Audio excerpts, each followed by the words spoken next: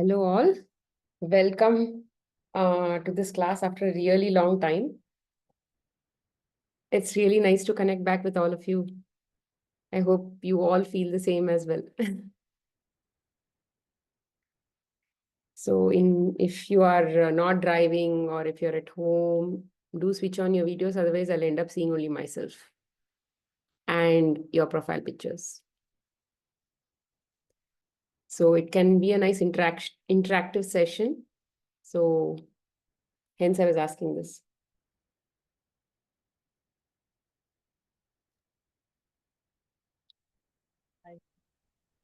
Okay, thank you so much. We'll start the class with a prayer and an invocation, and then we'll go on with our class to the Supreme God, to our spiritual teacher, to all the spiritual teachers, holy masters, all the saints, holy angels, spiritual helpers, and all the great ones.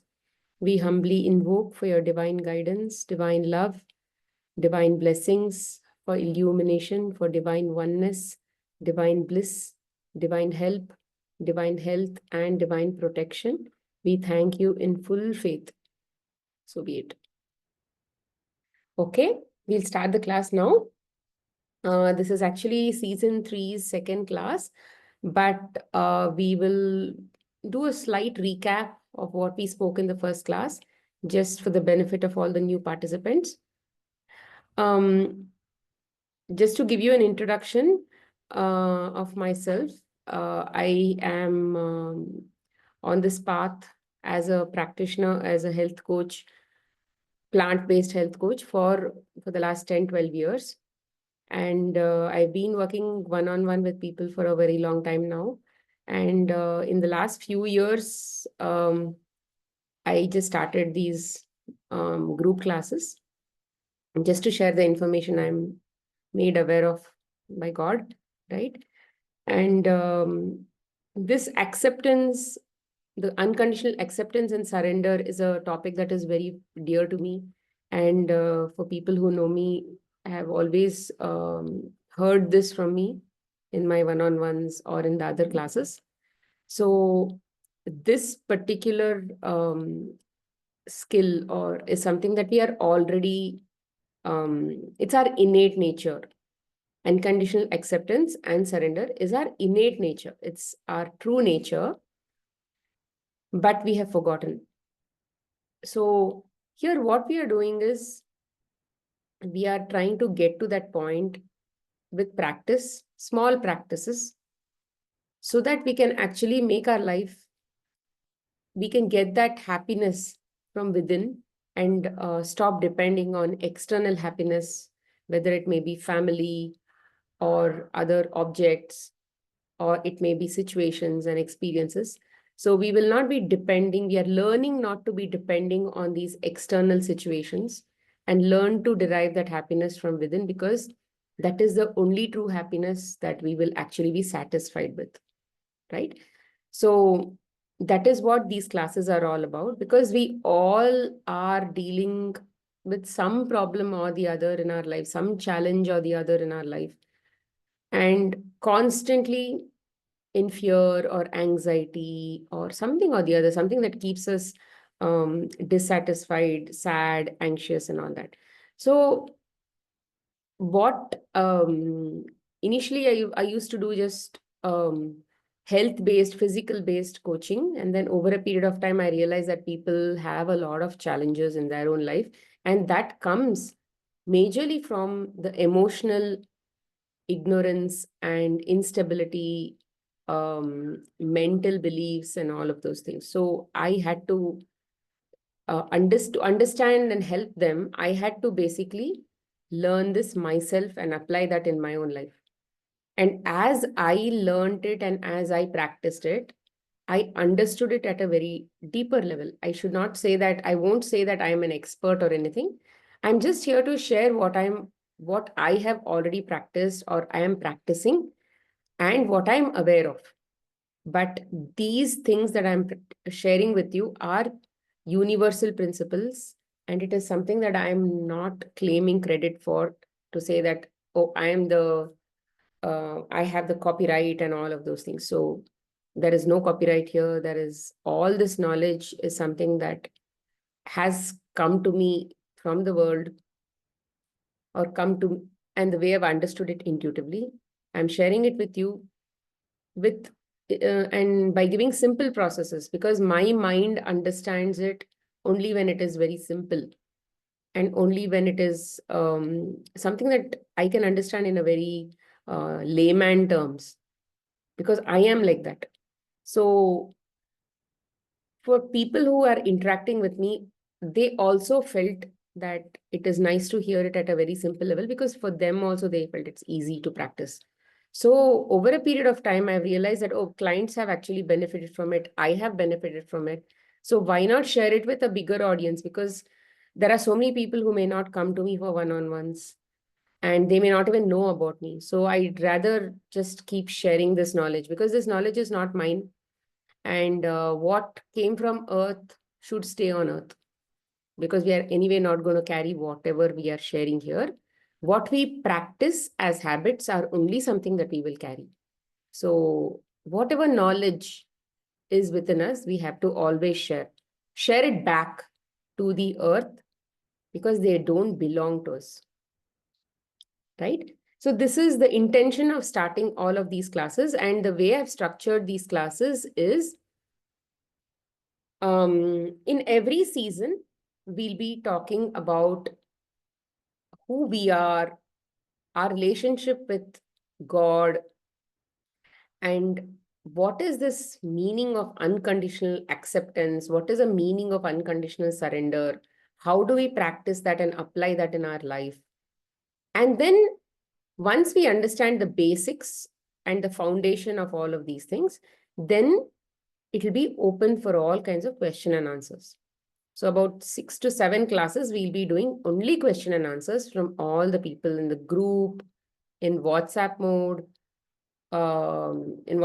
when they can't come to the class, or when you are on these live classes. It's even more better when you are interacting and then asking those questions. So please don't feel shy, because every single person here who are connected to these classes are interacting with a different form of yourself only.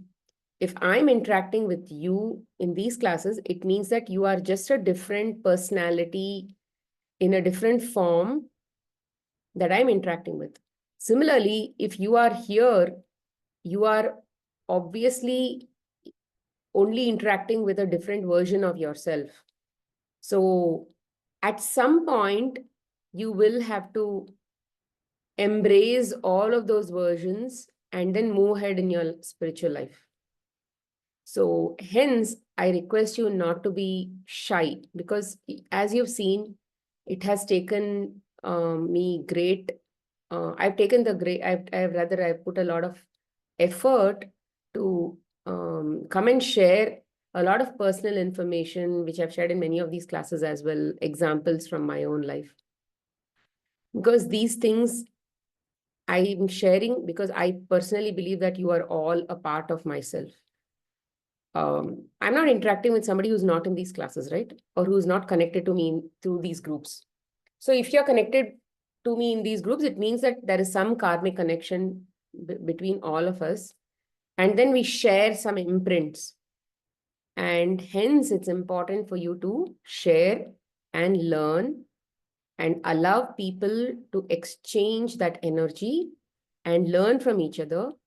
And when you exchange these energies, either through sharing and learning, you will be, what do you say, when you share and learn from these experiences or share your experiences, they will also learn from your experience. And something might trigger from within them, and maybe that is their transformation point when you share some information. So don't forget that your existence here actually is very meaningful, and there is a reason for your existence. And your worth does not depend on your impact in the world and the way the world thinks that you're impactful in the world. It is only your existence and you being just yourself, even if you're not unknown to anybody, and you just send your message in the group also, that really matters. It doesn't really, just because you're a great person on Instagram, you have a lot of connect with the world, and you're teaching so many people or you're sharing information with so many people, it really doesn't make you a great person. What makes you a great person is how true you are to yourself, how how much of divinity you have brought in within yourself, rather how much of divinity you've awakened within yourself by just being who you are. That's all. And it really doesn't matter whether other people know your existence or no. It just matters how true you are to yourself. That is all. And hence, just be transparent. Try to be transparent, because the more transparency you are, there is no hypocrisy. Like in Sanskrit, they say, right, there is no kapat. There is no, or I think in Hindi also, they say there is no kapat. Kapat in the sense um, there is no, you think one thing and then you do something.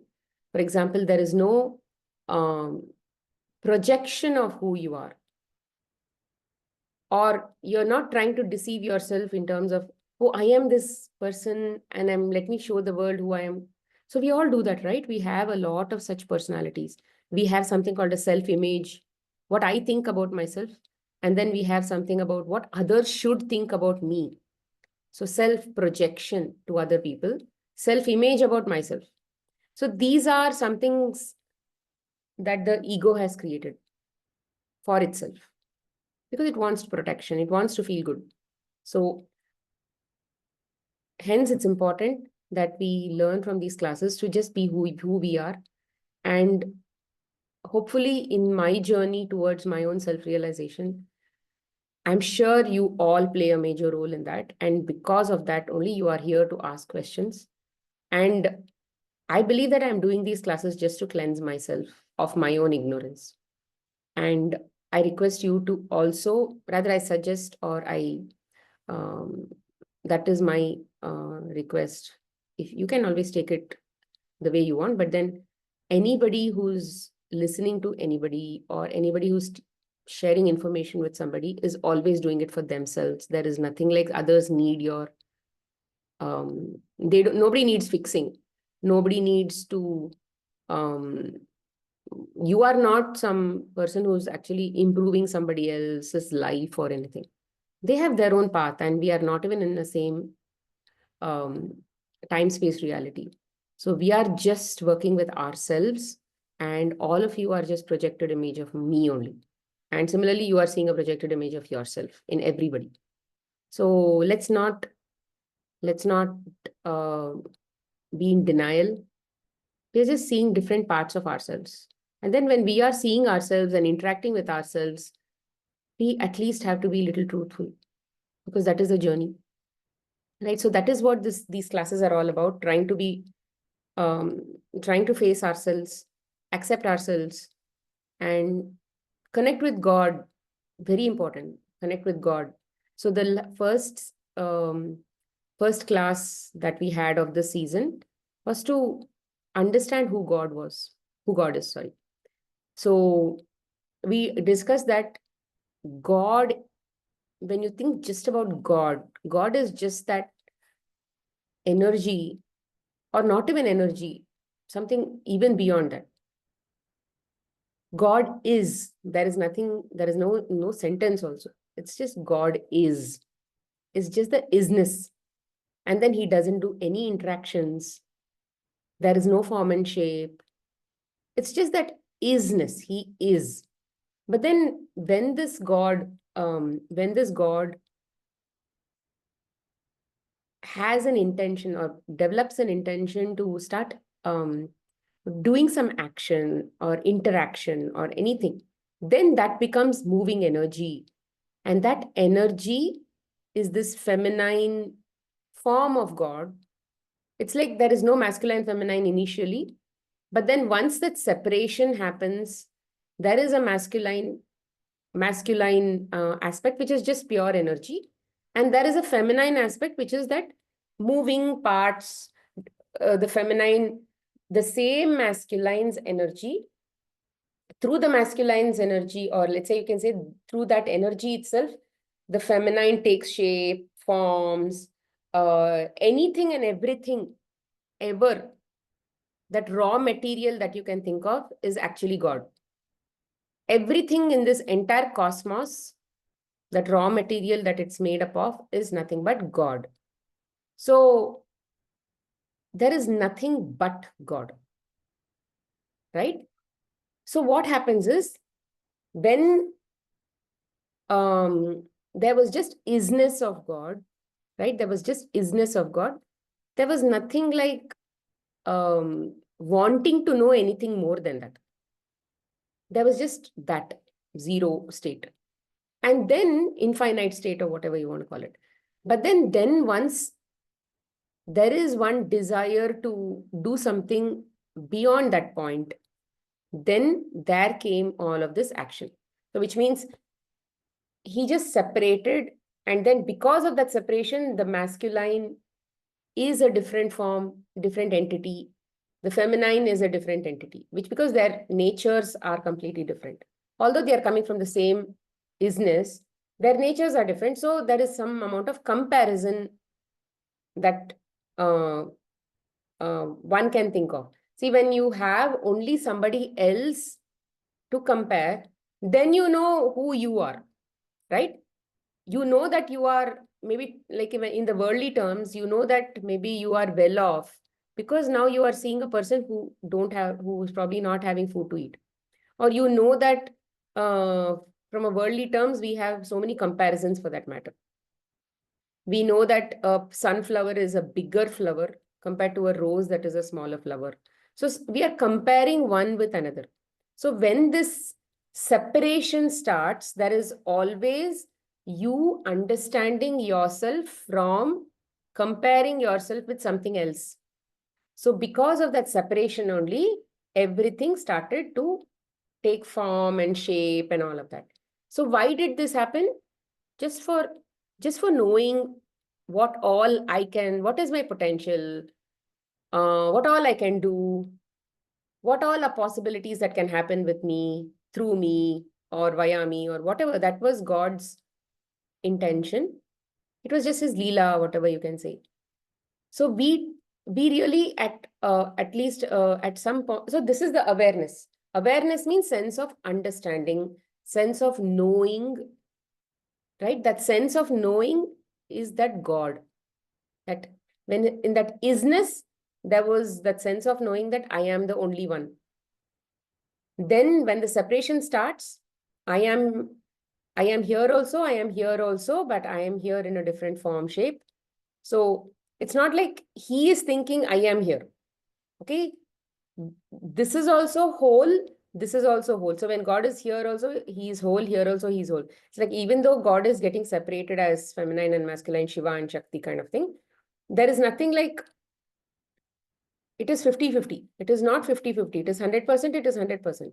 Even when this gets broken, let's say this feminine separates further into, let's say, forming soul, body, and subtle body, and whatnot after that.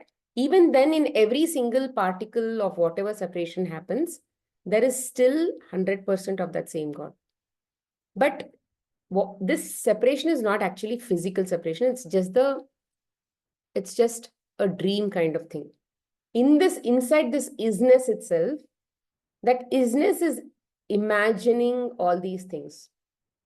Okay? It is just that it is not actually happening. It is just that inside that isness itself, the isness is thinking, what if I separate? Then it'll be like this. Then if this happens, it'll be like this. It'll be like this. So it's like, it's like a dream. So when we are dreaming something, what will happen? We are actually living that dream, right? Then we forget that we are sleeping. We don't remember that we are actually sleeping on the mattress. We are sleeping on the mattress and we are dreaming. That totally, that I'm sleeping thing itself is gone. But we only remember, oh yeah, we are like in a, let's say, a chase or some some thrilling thing is happening in our dream. We are so much involved in that. Why? Because that that awareness is now present in the dream state. And hence all the action is happening there, all the understanding is happening. So when I say where your focus goes, energy flows. You may have heard about this. So focus means is that awareness. Where are you putting your drishti? Where are you putting your drishti? Where are you putting your internal awareness? So that is called that God's drishti that is within us, right? So anyway, from that state of isness,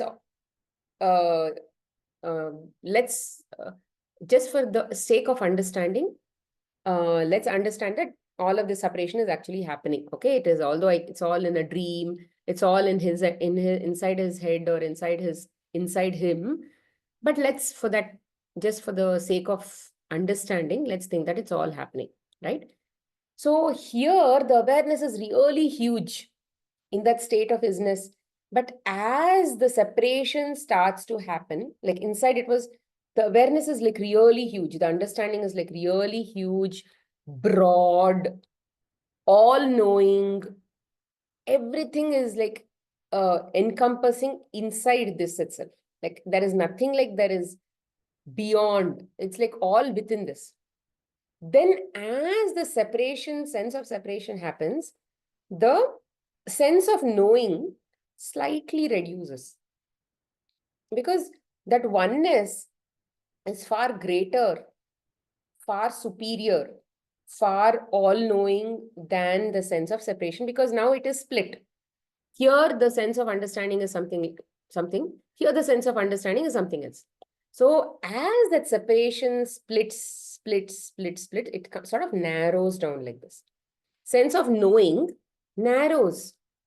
So when you come to this point, when you come to the come down, and down, what happens is that's the sense of separation is so huge for that divinity, that highest energy, that it needs a physical body to actually interact with itself, to interact with itself in various different forms, which means Shakti has different forms.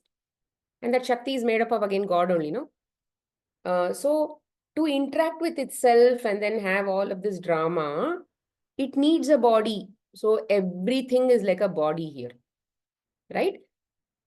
So, but here, once it gets connected to the body, what will happen is even more lower is the sense of narrowing happens. Narrowing of that awareness happens, because one more level it went down, right? So when that one more level it goes down, the understanding of who I am itself is lost. So there needs to be like a bridge. So there is one bridge called Jivatma, or let's say an extension of that soul, you can say, or the subtle body, extension of that subtle body, but that is also sort of ignorant only. It is just made up of the same material, energy material, and it is just going to transfer all the information that is coming from the body to the soul and to the lineage, to God. Let's say that connection is there. But it is just a connector. That Jivatma state is just a connector. After the Jivatma state comes the body, which is even more dead, which means there is hardly any intelligence in that body. Little bit of intelligence is there. It is called ego, distorted ego. Everybody has ego here, okay? Everybody has ego. Like God has an understanding of I am God. Like every state has an understanding of who I am. But here in this body level, no, there is a sense of understanding of who I am, but it is distorted. It thinks that I am the ego. I am this body. It doesn't know beyond that, because that information is lost. That information is there slightly at a higher level, because at the body level, that information is sort of lost. Hence, we are all at that state now. Rather, all our understanding is at that body level state. But that doesn't mean that we don't have understanding at all these states. Once our awareness reaches these states, then the understanding obviously broadens. But once we are at this body state, that much only we know, right? We know only body. But maybe we may get books, we may get teachers and saints and other people in our reality who will tell, hey, see, we are the Atma, okay? And then this Atma is like this. These are the characters of the Atma. And then, so they may give you some information about these other levels and all of that, about other states of awareness. But that doesn't mean that we are actually experiencing that right now. We are actually very much physically experiencing, fully experiencing body consciousness. Body consciousness means I am this body. Even though I say intellectually I am this body, I'm experientially also saying I'm this body. Because that much is what we are feeling and truly. Why do I say that? Because we are not experiencing things at Atma level at all. We still feel bad when somebody tells us something. Bodies, relatives, bodies, attachments, bodies, likes, bodies, dislikes. Everything is now very personal to us because it's all connected to this body because we like this body and we are identified with this body. So Smita, I love Smita. We'll say, oh, I love myself. I love Smita, this body. And we love looking good. We love to wear clothes, right? There is, you may, if people have gone to Kumbh Mela, so many people were naked. So many people might have been, I didn't go, but then so many people, Naga sadhus and all, they are all naked because their sense of understanding of maybe I am the body is now not there. And they don't care who talks about their body, who doesn't talk about their body, who shames them, who doesn't shame. They don't care. But then we care, which means that much is our level of so much more narrow. We are still at that level of con. But is that bad? It's not bad because that is where the God inside us is experiencing his own what do you say, cosmos, which is inside him. That much is being experienced through this body. Okay, so hence what are the roles and responsibilities that God expects out of this body when he's working through this body. When he's working through this body, when I say I'm still uh, indicating a sense of separation because that is what we believe as of now. So hence I'm talking in those terms only. So when he works through this body, why am I saying he works through this body? Because do you have control over your hand movements, over your body movements, or anything for that matter? Do you have control over your heart movements? Okay, forget about involuntary muscles. We'll say, oh yeah, they are involuntary muscles. We don't have control over them. What about your voluntary muscles? Let's say your hand. I'm able to move my hand. I'm controlling all my hand movements. But then what happens? Let's say somebody has a what is it called? Paralytic attack or something. Stroke or one of those kinds of things. Let's say the right side is now hit. What happens? They want to move. In the past, they moved. It was still within their control. But suddenly the hand is now not in their control. So what is that they learned when that attack happened? They just learned that, hey, I never had control of this hand. The hand movement, I never had control of this at all. At my body consciousness level, I didn't have. It was happening at some other level and it all came together and then I was able to move. So that understanding of where I stand comes really is very important. So who is my driver? My driver is the one who's conscious, who is conscious, who is aware. At some level, there is me, right? There is still existing, there is me existing at some level, who's aware of, I am God. I am that God who actually came down to this level to experience reality. So there is a part of me that is at that level of awareness. And that part of me is my car driver and this part of me is just the car.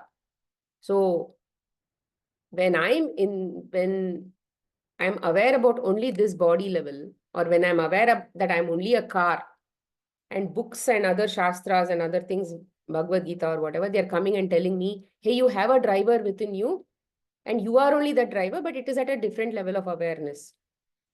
I can only believe. That is the smart thing to do, right? So we will all come to a level of awareness where we'll say, okay, fine, I'm going to believe that there is God. But there are different levels of awareness, 7 states of consciousness, they say. 7 states of awareness, they say. In that 7 states of awareness, there is a state where you say, nobody is there. God is always trying to push me into problems. There is no God. So there's an atheist, not exactly atheist. It's like more about a victim consciousness. Victim consciousness is like, God is always throwing stones at me kind of thing. And I'm always juggling. That is the kind of consciousness. And over a period of time, you'll start to acknowledge, okay, maybe there is God. Maybe there is some interaction happening between this entity and me. Let me see how it works. If I think like this is what happens. If I think like that is what happens. So that kind of awareness and all comes. Then over a period of time, you will say, God is there. Looks like he's taking care of me. And I'm going to start trusting him, putting faith on him. That level of awareness will come. And then over a period of time only, you'll get to a level where you are not in that separated state. You'll get to that samadhi state, not even samadhi, a little less than that, and then you'll start feeling seeing everybody as God. You're still feeling separated, but you'll still think that, oh, everybody is a form of God only. I will give them respect. I will acknowledge their presence. There is acceptance within me. There is no fighting in my head. There is no denial in my head. There is no resistance in my head. I'm going to accept people the way they are. And I'm also going to exist the way I am. So that level of awareness will come. And then over a period of time, you'll actually start seeing, hey, I am only that. They are only me. That level of awareness will come. And then everybody will be like looking like God himself. You may see God, like you may see Shiva, you may see that form level of God also you may see, because you have an attachment to the form. That is also okay. But there is a sense of going beyond that also at some point. For example, um, Ramakrishna Paramahamsa had so much of devotion for Kali, right? For Kali's form. But his guru broke that kind of consciousness at some point, and then he pushed him beyond that consciousness. He cut off Kali's murti or something like that, and then he did something like that, which sort of shattered the image of Kali in his head, Paramahamsa Ramakrishna's head, Ramakrishna Paramahamsa's head. And then he went beyond that, and then he saw himself in everything and everybody and all that. So that they are the level of consciousnesses. And it's a long journey to go to that state, but there is no need to be in hurry, because wherever we are, the driver within us has a purpose for us. In this body, in that level, he has a purpose for us. Whoever we are, with whatever limitations we are, with whatever ignorance we have, it is meant to be that way. Okay, it is meant to be that way. We don't have to deny all of those things. We don't have to run away. Because we are feeling that sense of separation, we miss that connection with God, and hence we don't like our doshas, or we don't like our limitations. We don't like our sense of ignorance that we have about that state of oneness. We don't like it. But that doesn't mean that we don't have a purpose for whatever we already have. So we need to look at that big picture. Hey, I am created with these kind of qualities as of now in this very moment, because there is a purpose for it, and there is something that this lineage, right? Lineage, when I talk about lineage, let's say Smita's body, and then my Jivatma, me in my Jivatma state, and then let's say all my subtle body layers, and then all my Purnatma, which is my own level of whole understanding state. And then there are some more states, different states, and let's say at some point it unites with the absolute, right? This is the lineage. In that lineage, I am at some level, and that awareness is now at that level, in my level, and it's as of now in the body. So what is the role when I have this purpose? What is my purpose? What are these roles and responsibilities? If God is within me and he wants to work through me as Smita, as this body, what could be my purpose? And what is my nature as of now? My nature is I do think limited in many ways. I do see judgment in so many people. I don't recognize them as my own. I don't recognize that they are all me, right? I see that, oh, they are having evil intentions, or I have lack of trust in somebody. I do have fear about somebody, so I close the door, right? And then I do have shame, so I go behind. I go to the room and lock myself, and then change my dress. And then I may not tell everything and anything to my maid, because I do think she's not my family. So there are all of these kinds of things that are in my head even now. And it is something that I can't help. It is something that I have to acknowledge and believe that, oh, this level of, what do you say, data is in my head. I'm like this vehicle, okay? I'm a car. And this car has these properties because it is meant to be. I would have been let's say, a Tesla or something like that if I was meant to be. But I'm not a Tesla. I'm probably a Maruti 800 without even power steering, right? So it is meant to be like that, because if I want to drive a Maruti 800 even without a power steering, right? It is because I want to understand how much of turning I have to do to literally take a left turn or a right turn. But when I have a power steering, I just have to nudge my steering wheel a little, and then it aram se go this side. So if I'm not really aware of, like, literally how many turns of the steering wheel I have to do, I may not understand the value of a power steering at all, right? So it is important to understand that we have to be able to value all these narrow-mindedness that we have to be able to appreciate the broad-mindedness when it is happening to us. Okay, it is important. So hence, this level of acceptance is necessary for whoever we are. Because this narrow-mindedness that we have is important. And we can't ignore that. We can't run away from that. We can't deny that. We can't resist that.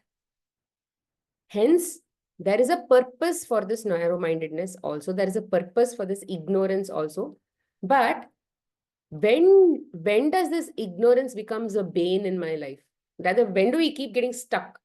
It's like when does this car get stuck in slush or a mud or some kind of road block or something where it really can't go forward?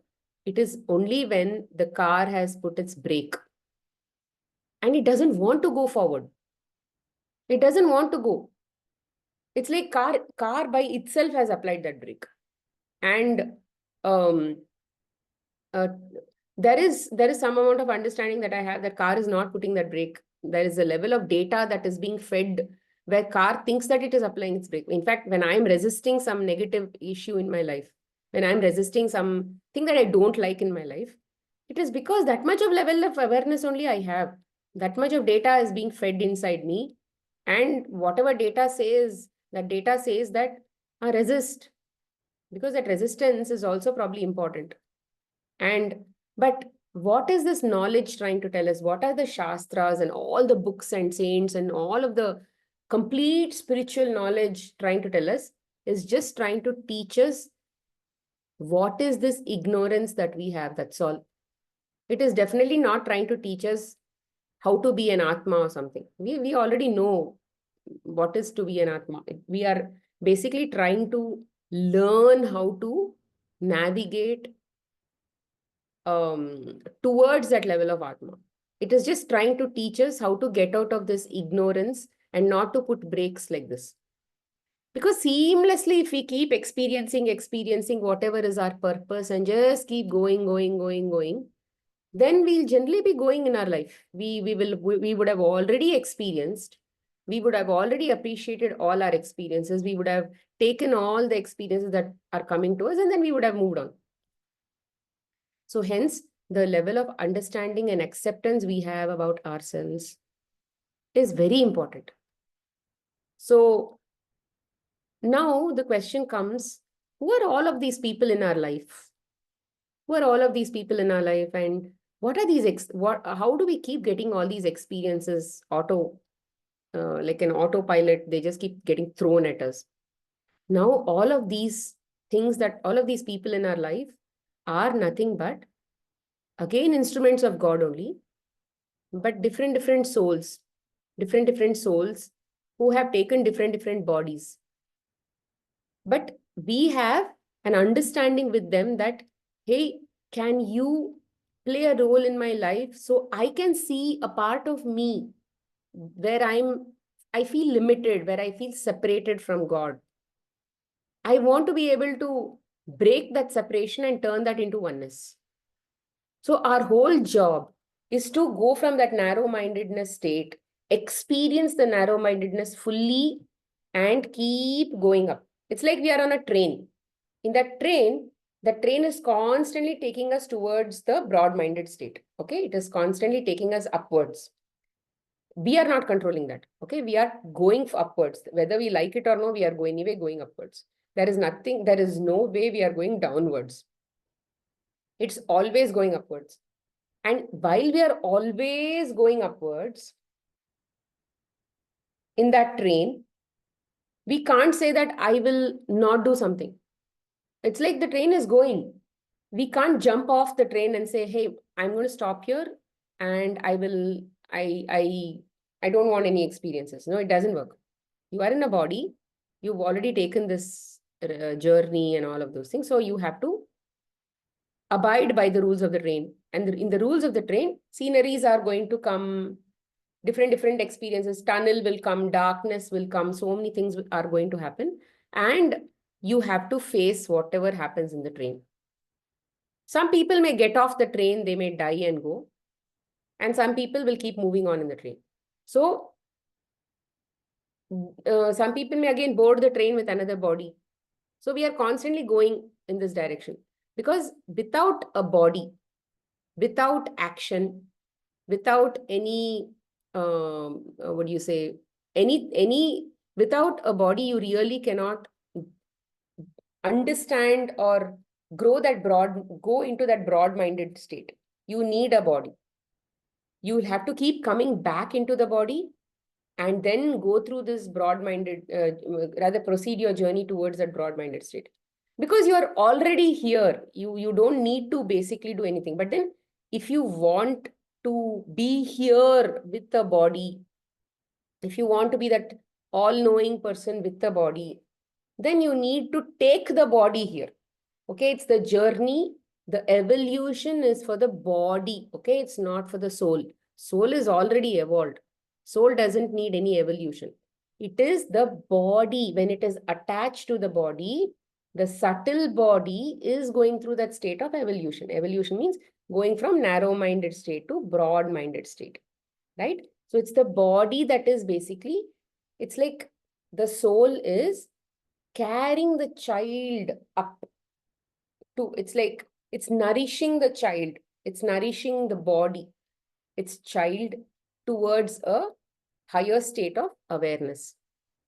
Okay. So, so here, what is it that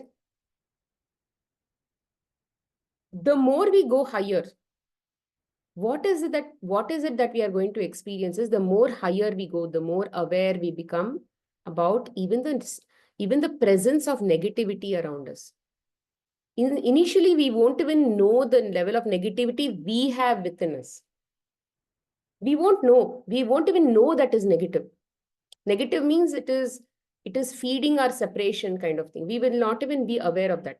But as we keep going higher and higher, we will not just notice the negativity or the level of low frequency things outside us, we will also notice it inside us. To notice it inside us, we need a higher level of awareness. But it is very easy to notice it outside us. But slowly, slowly, you will start to notice it within yourself. Then comes another level of awareness, higher level of awareness to accept them. Then comes another higher level of acceptance, awareness to accept your own negativity. So the higher we go, what is actually happening is we are becoming more aware of everything in the cosmos, not just the positivity, even the negativity. And we are already getting that sense of, we are getting the tools, or we are getting the data, or we are getting the divinity or that light to be able to balance both. Initially, we may not balance both because we are trying to fight it, resist it, push it away, throw it away, and all of those things we are doing right in our lives. We don't like. We are trying to hate. We are trying to fix people. We don't like their negativity. Then slowly, slowly, we will learn to balance both. How do we learn to balance both? Initially, we are trying to make happiness increase. Then somehow sadness also will increase. Then to remove the sadness, again happiness is increasing. Then again, because happiness now went off, up. But these two always have to be at 50-50. When we are in body consciousness, these will always be in 50-50. The negative part and the positive part will always be in 50-50. It's our skill to learn to keep it in balance by the sense of acceptance. So hence, acceptance of negativity as it is, acceptance of positivity as it is very important. So we don't have to, we learn, or we'll come to an understanding that we don't have to disturb anything in our journey. In the scenery, we may see, in the train journey, we may see rocks, we may see a desert, right? We may not like it. It's because very hot and all of that. And in some parts of a journey, we may see lots of mountains and rivers and lush green grass and cows grazing and all of those things. We may like it. So there is a understanding that something is positive, something is negative. It doesn't mean that we should close our shutters and try to avoid looking at the negative part. It doesn't mean that we try to go to the door and soak in all that mountains and extra oxygen and all of those things. It doesn't mean we have to do that here also. We are just seeing things as they are and letting them be as they are while we are still sitting and watching from the window. That's it. We are not giving any special importance to this also. We are not giving any special importance to this also. We are just moving on and saying, these will keep coming. These will also keep coming in our life. I will just keep sitting in the window. I will watch them the way they are, and then I will move on. Whatever comes in my window, let me keep seeing. So that is the sense of acceptance that we'll have to bring into our life. What do we typically do? We invalidate. We don't like what is coming into our life. So what do we typically do? So we resist, right? Most of the time we resist. We somehow fight it. Resistance is more about fighting and either fight, flight, which is we are trying to run away from what we don't like, or we are trying to fight what we don't like. And then we try to suppress ourselves. We try to suppress that negativity that we feel, and then we try to distract ourselves and all of that. And then we try to deny. No, that is not happening in my life. That is not happening. La, la, la, la, la, la, then chant this, that, all that we are trying to do, right? We are trying to deny. We are trying to deny that something is existing in my thoughts or something is existing in my life itself. So these are things that we have towards any negative thought, any negative feeling, or any negative situation. What are we trying to do? we are still giving it more energy to grow, because we are gods. God is within us. If you take up the binoculars and start to look at something like this, it means that your drishti is going there, right? Your vision is going there. And here, when I say vision, I'm not talking about the eyes and the eyes vision. I'm talking about where your focus is. So if your focus is on anything negative in your life and you're resisting it, or you're suppressing it, or you're in denial, you are still giving it energy. You're still giving it energy. Because in the universe, God is omnipresent. It's like if you are that apple, okay, if we are the apple apple is still that, let's say inside that apple, let's say half of the apple is now eaten away by worms and all of that, and then other apple is okay, other half of the apple is okay, but from the outside part of the apple, everything is still an apple only, no? This apple cannot deny or fight or do anything about the part of itself where the worm has eaten. So hence the apple still believes that this part is also me only, this part is also me only. So hence there is nothing like an exclusion.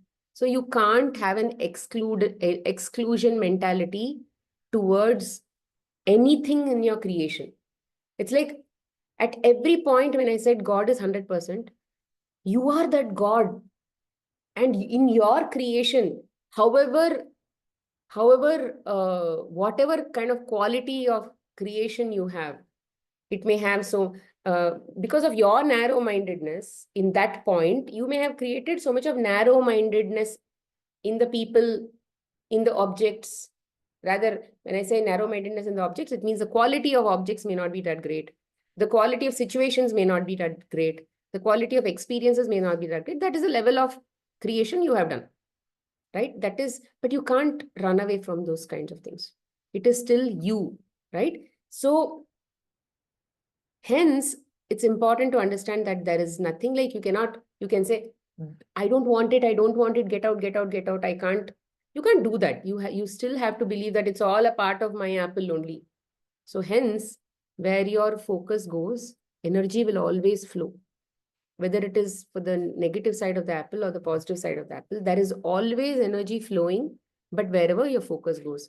So hence, you cannot what do you say, ignore or invalidate the negative aspects in your life, whether it is within yourself or whether it is in all the people around you, because they are all who are all of these people in your life, they are nothing but your own reflections of your current state. And how did I get my current state? After all of the past lives, I may have started at point zero at some point, where I was absolutely clueless as an ego of what is happening on this. Suddenly I've been planted on earth. I've taken this body and I'm clueless because the ego is still at state zero. But then as that ignorance develops itself and cooks up stories about, this could be that, this may have happened because of that. That may have happened because of that. This is definitely because I ate one orange. That's why I got a cold. All kinds of stories, cooked up stories we have, no? That is how ego creates its own personality. And because of that personality, the world is also reflecting that personality. And that personality is a sum total of all the lives that we've led as birds, as trees, as animals, or whatever lives we've taken on earth so far for different experiences. That soul with different subtle body, with different, I will not say different subtle body, same subtle body, different physical bodies. So that subtle body is like a database. It is having all kinds of behaviors that it has learned through the ego feeding all kinds of information into the subtle body, right? So we have learned that ego has now developed its own existence. I am who I am and all of that. This body doesn't have any such thing. It is the subtle body or the body that is slightly behind it at an energy level that is having all the database. And when you look at a person, or when somebody says Smita is such and such a kind of person, the name of this body may be Smita, but the personality, her nature, and everything is actually coming from the database. So when the person dies, they may burn Smita's body, but that personality will go and attach itself to another physical body. And there again, it will continue the same journey, same nature. Right? So hence, where focus goes, energy is flowing. Oh yeah, one more thing I forgot to tell you. Who are all of these people I was saying, right? They are all our own reflection. It's like, imagine that you are within a ball. You are now inside a ball, and that ball is surface of that ball is full of mirrors. But that mirror is so special that it's actually showing you your own personality. But when you look at this side, you will see your own mother. If you look at that side, you will see your father. You'll see here, you'll see somebody else. You'll see somebody else. You'll see your daughter, your son, your husband. Different people we will see. Because we don't know who we are completely yet. When we see them, we are actually learning to understand who we truly are. Someday we will understand I am God.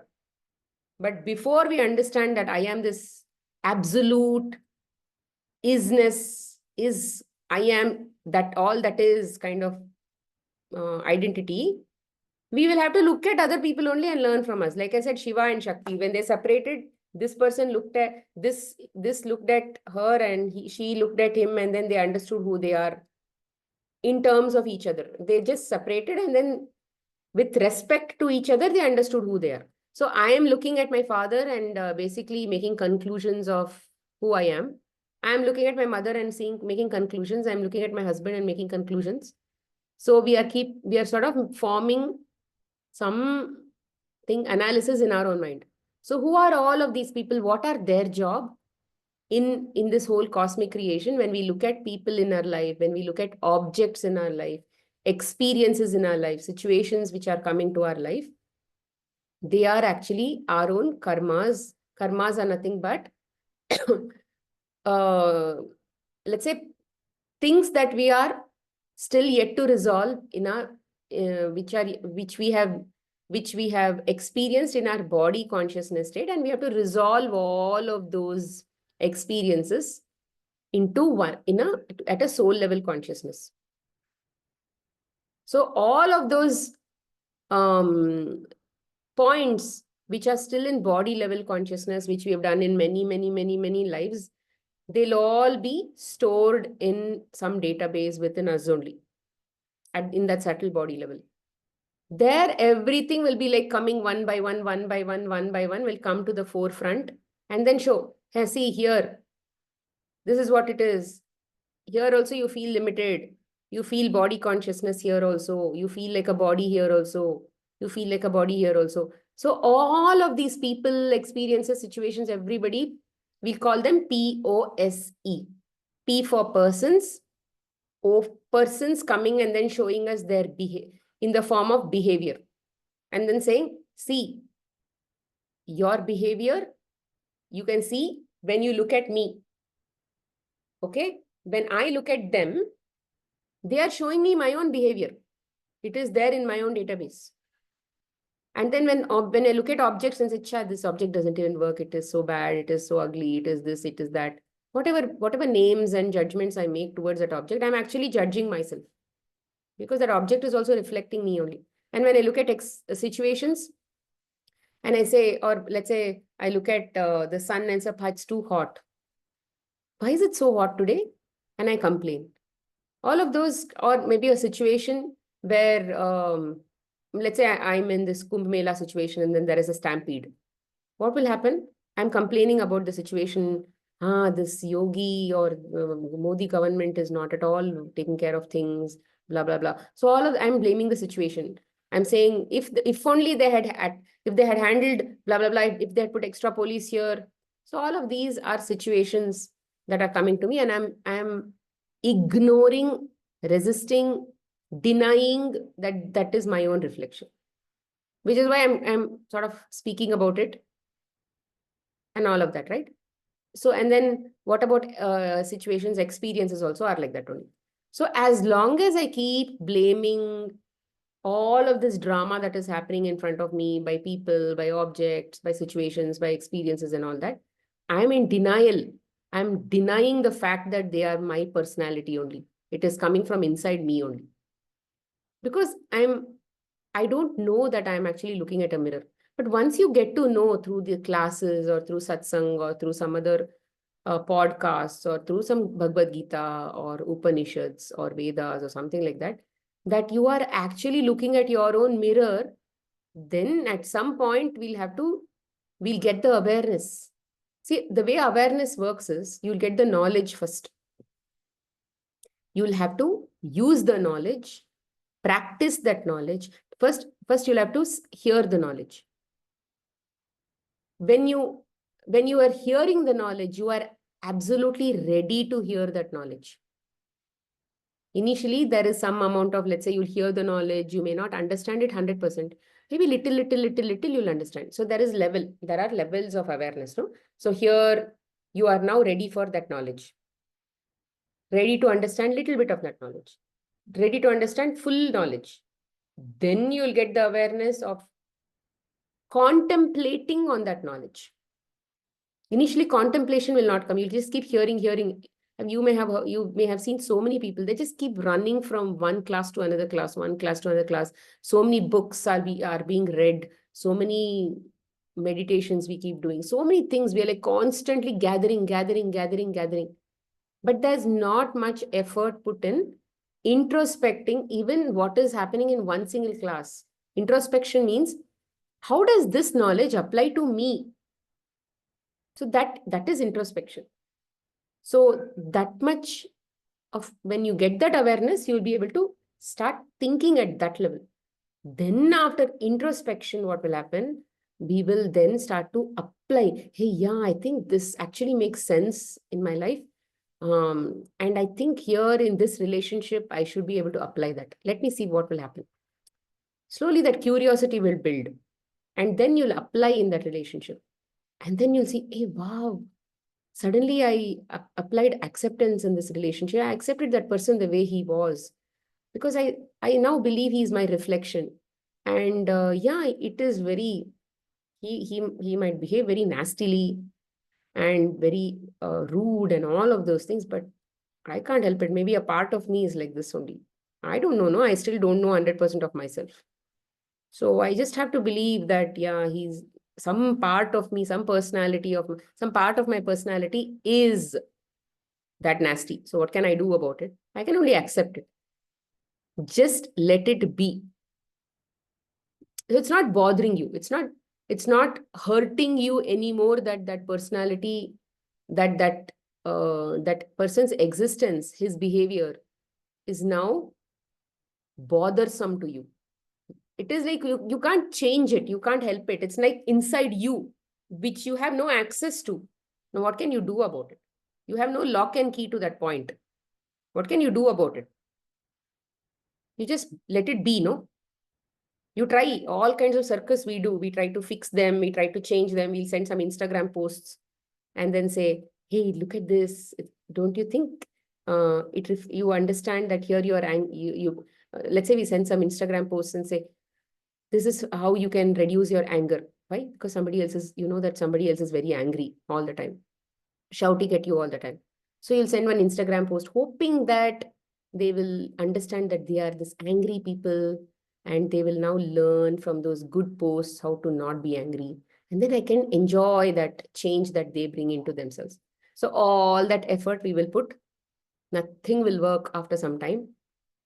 Then slowly, that awareness is also building. Nothing will work awareness. Nothing is working.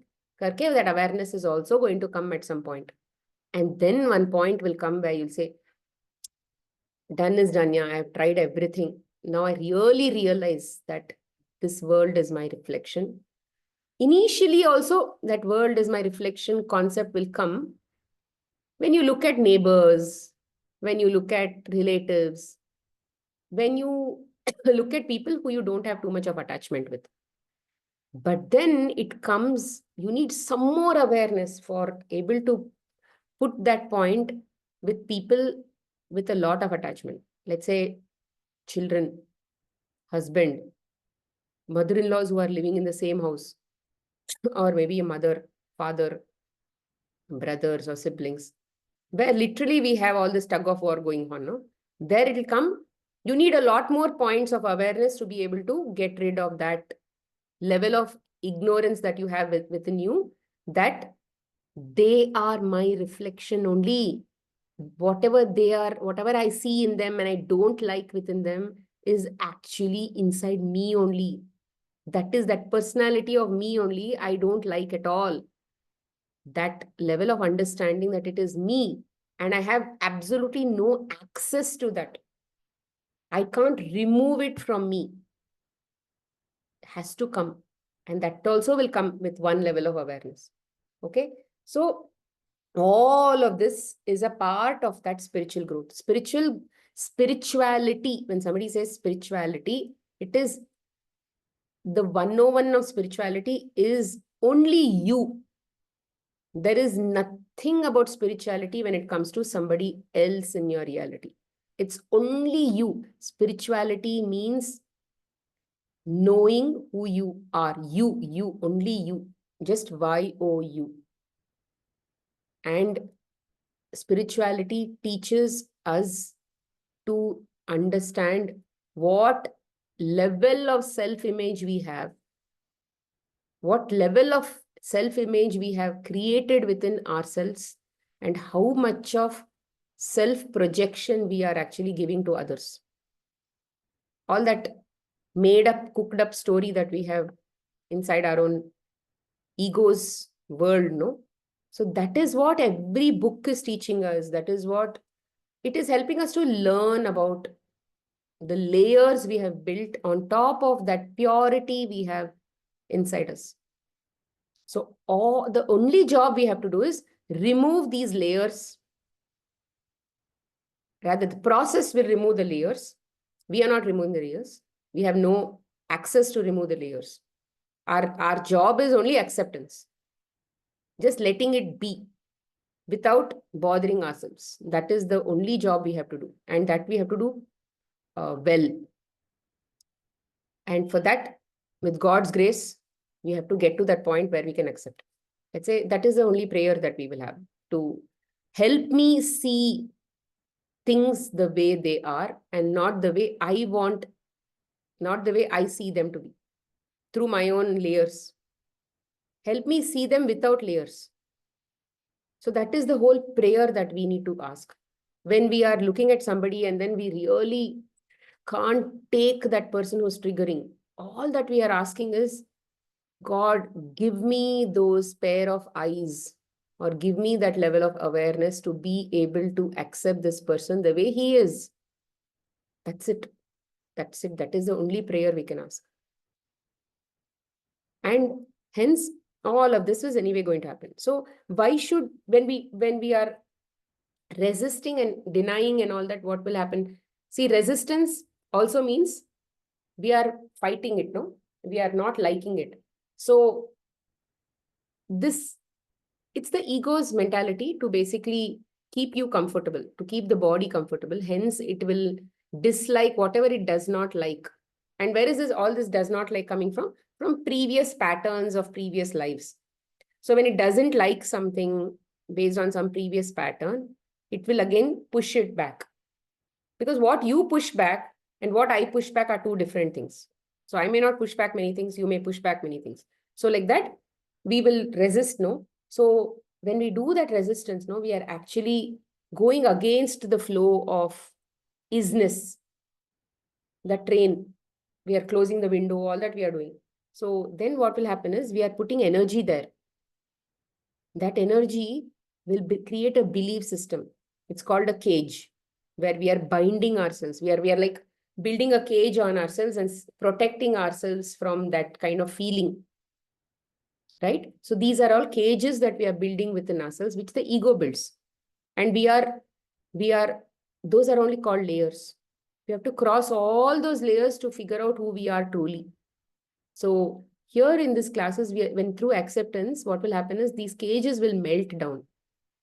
And the process of the cages melting down, the cages dissolving, will every single cage that you dissolve, that dissolves, is you self-realizing or getting enlightened to that point, to that level, by that notch. We like people, when we look at sadhu, sant and all that, they are all enlightened people, and they don't become enlightened overnight. They have got enlightened in installments over multiple lives. So we are also getting enlightened in the process of 100% enlightenment. So we are, let's say, 5% enlightened, 6% enlightened, 7% enlightened, 8% enlightened. So we are eventually getting to that point, right? So here we cannot resist anything that we dislike to a large extent, at least within ourselves and all of that. So when we suppress or in denial, what will happen is those things don't disappear. When we suppress ourselves and we are in denial about something, some existence, for example, let's say your husband is very angry, but then you are going and telling all your friends, let's say it's like your friends are not asking anything about your husband, but you are only going and telling, me, see, my husband, he's a very nice person. He respects me so much. Okay.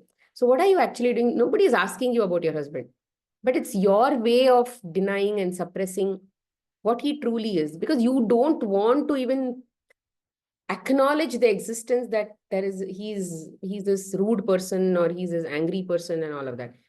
But in your head, you want to sort of whitewash that and then put a new label to him, and then you're trying to fake it till you make it kind of thing, right? So you're going and telling around people, hey, he is very good, yeah, blah, blah, blah, all of that. So that is sort of, it sort of goes to the subconscious mind, and it's like postponing that release. Even see, by law of attraction, many times what happens, there is this state where we completely change the personality, and then they say that fake it till you make it, keep believing positive stuff, it will actually manifest in your life. See, those are all um, temporary stages in this evolution.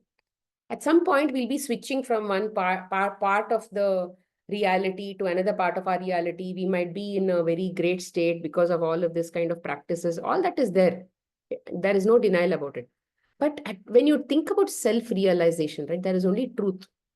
There is no faking in that point. At that, when if your goal is to basically go towards that 100% truth that you are, there is no faking. There is no denial. There is no suppression. There is no resistance.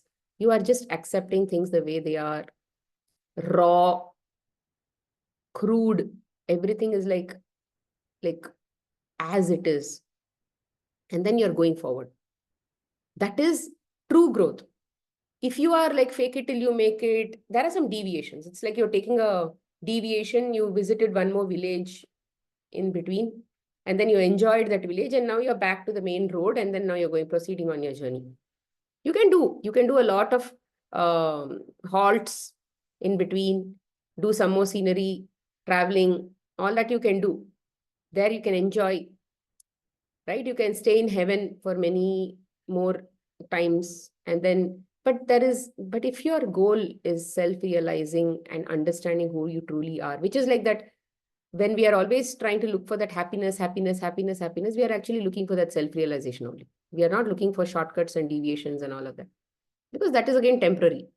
So our true goal is that self-realization only. And then why shouldn't we do that, yeah, at every single point in our life?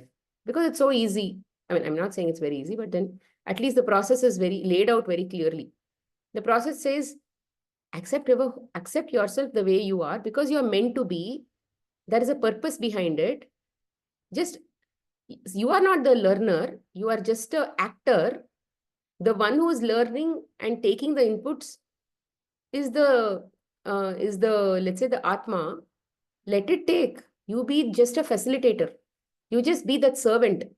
So in the body consciousness awareness that we have to learn to be an absolutely obedient servant to to my driver, to the God that is driving me.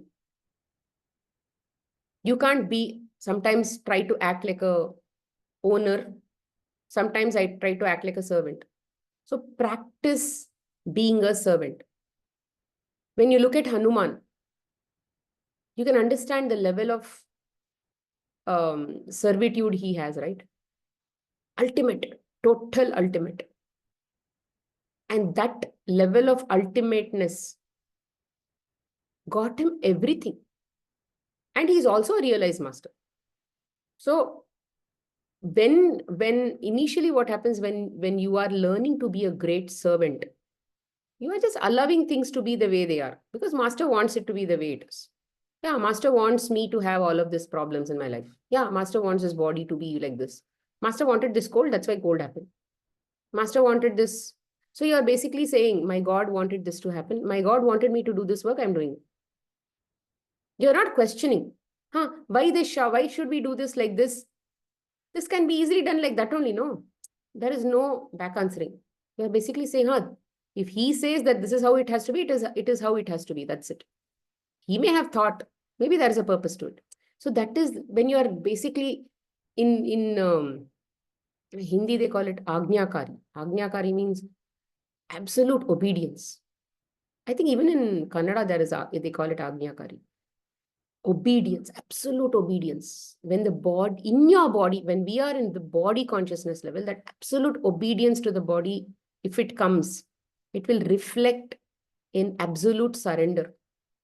And it will reflect in absolute acceptance because you are not questioning life, you're accepting life the way it is, irrespective of it coming in different forms or shapes or whatever it is. It is meant to be. You're in your head, it is all meant to be. So you're not questioning it. So when we are slowly going to that level of awareness. We are still not there yet. We still fight it, no? So when we get to that point, what will happen? All our thoughts, which are now scattered in multiple directions. I don't want this. I like this. That desires, blah, blah, like, dislike, expectations, all those thoughts that we have will all culminate into my God. My God told me this. I have to do it. That's it. No questions, no further questions. So every single thought must be connected to my God. That has to happen initially. 100% once that is reached, then only like where you're seeing that same God, purpose of that God in everybody. And then you're seeing God working with you also. So then what will happen? Your role in that point will get over and then you will basically get promotion to becoming that God. Rather, it's like you will become one with that God. And then absolute knowledge will anyway be flowing there. By the time you even get to that point, absolute knowledge, like Hanuman, he is the knower of every single knowledge. We all know that through Ramayana. How did he even get there? By being a loyal servant. And then he eventually became God himself. And then he became a God who basically blesses others also. He became that Bhagwan. So some different levels and all are there after that. So that knowledge to understand who we are absolutely comes only when as we start broadening. The ignorance is understood when we are in that level of broadened state. So our job is to go from here to here. So which is why we cannot be in suppression. We can't postpone anything. So accept everything, allow it to pass through, and without giving it any more power to stay within you. So how do we know what is actually coming out? Some belief systems that we had made in our past, which we thought was necessary for our, it's like I told you, right? For some purpose, we have all of these things. Some limitations we have today for some purpose. That purpose, once it's over, and some new purpose comes, some new limitations will come, some new understanding will come, some new data comes into us, some new awareness comes. What about all of that old stuff? That old stuff has to go, right? For that old stuff to go, they need to be triggered out from inside you. They were already inside you. They need to be triggered out. So which is what POSC will do. POSC will come and then trigger it. Then you'll feel it. And then all how do we release it and all that? How do we work on that release and all that? I'll teach in the next class. I'll share in the next class. In this class, I'm just talking about how important it is to basically accept who we are. And then when we are able to accept who we are, it's just a mental understanding that acceptance or acknowledgement of who I am is allowing things to be the way they are, is what is very important, is what we are learning from this class. Okay, we are not fighting it, we are not distracting it, we are not forcing a positive thought over it and trying to change our outlook, and we are not denying the existence of its presence, right? Because even if we are unconsciously trying to do it, like force some other positive thought on top of it, it is still there, no, inside you. You can't deny it. It's like, for example, some like many of us take medicines. We take medicines, right? We take medicines for, let's say, a BP or a sugar or something like that. That condition is still there within you. It is just that in the blood report, it is not showing. That condition is still there. The glucose and other issues that are inside you, the condition of the cell resistance is there inside. But for that day, the medicine handled it. Next day, again, you have to take a medicine for it to handle it, get handled, no? So something like that. It's not like something went away. It is still there inside this whole existence. It is still there inside you. You can't run away with, you can't put a positive thought, a bandage on top of it and then say, yeah, it has all gone. Like that, we have put a lot of bandages through suppression and all of that, which is why we sometimes face people and then we don't know why we don't like them. They'll be very kind to us, they'll be very nice to us and all that, but we actually don't like them. So somehow there is some feeling of dislike, but you can't put a finger and say why you don't like that person. We meet so many people like that. There is some vibe of I don't like him, I don't like them kind of feeling will be there. Why? They didn't do anything, they're just standing there. But there is some, so these are all the energies that we have piled up inside through suppressions and all of those things. So we need to allowing the presence of the negative to be there without attachment to its presence or its absence. No resistance also. So without attachment to its presence or resisting its presence. There is something negative in your life. You may have a bad health or something like that. Anything that you dislike is negative. Let's put it that way. Anything that you are uncomfortable with, let's call it negative. For you, that is negative. For me, that may not be negative. For them, that may not be negative. But let's say for each person, that word negative is very personal, is very personalized. So without attachment to that presence or resistance to its presence, absolutely it will dissolve. It's like, let's say there is a bully, okay, in college. I used to have this experience where people are like, let's say I'm walking with a pair of, with my friends. And then you will have some boys or somebody who will generally be ragging and all that. No? So some bullies used to be there.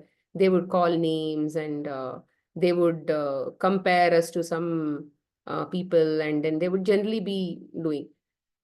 If we give them attention, they'll only basically get more power to do whatever they are doing. Just keep walking. That was what my mother had taught me. Just ignore them and just keep walking. And which is what I did. By the end of college, those people basically just came and spoke nicely also to me. Maybe it had whatever had deserved. Because we didn't give the attention it deserved. Attention, I should not say deserved. It didn't get the attention because we have given this all of these belief systems that are trying to come out today, right? That you dislike. You loved it in the past. You loved it You've given it so much of energy. You've practiced it. You have made it a habit when its purpose was supposed to be served in your life. Some limited experience you learned, you had to learn through that. So you've already done it. But today, you have a level of awareness where you don't like it.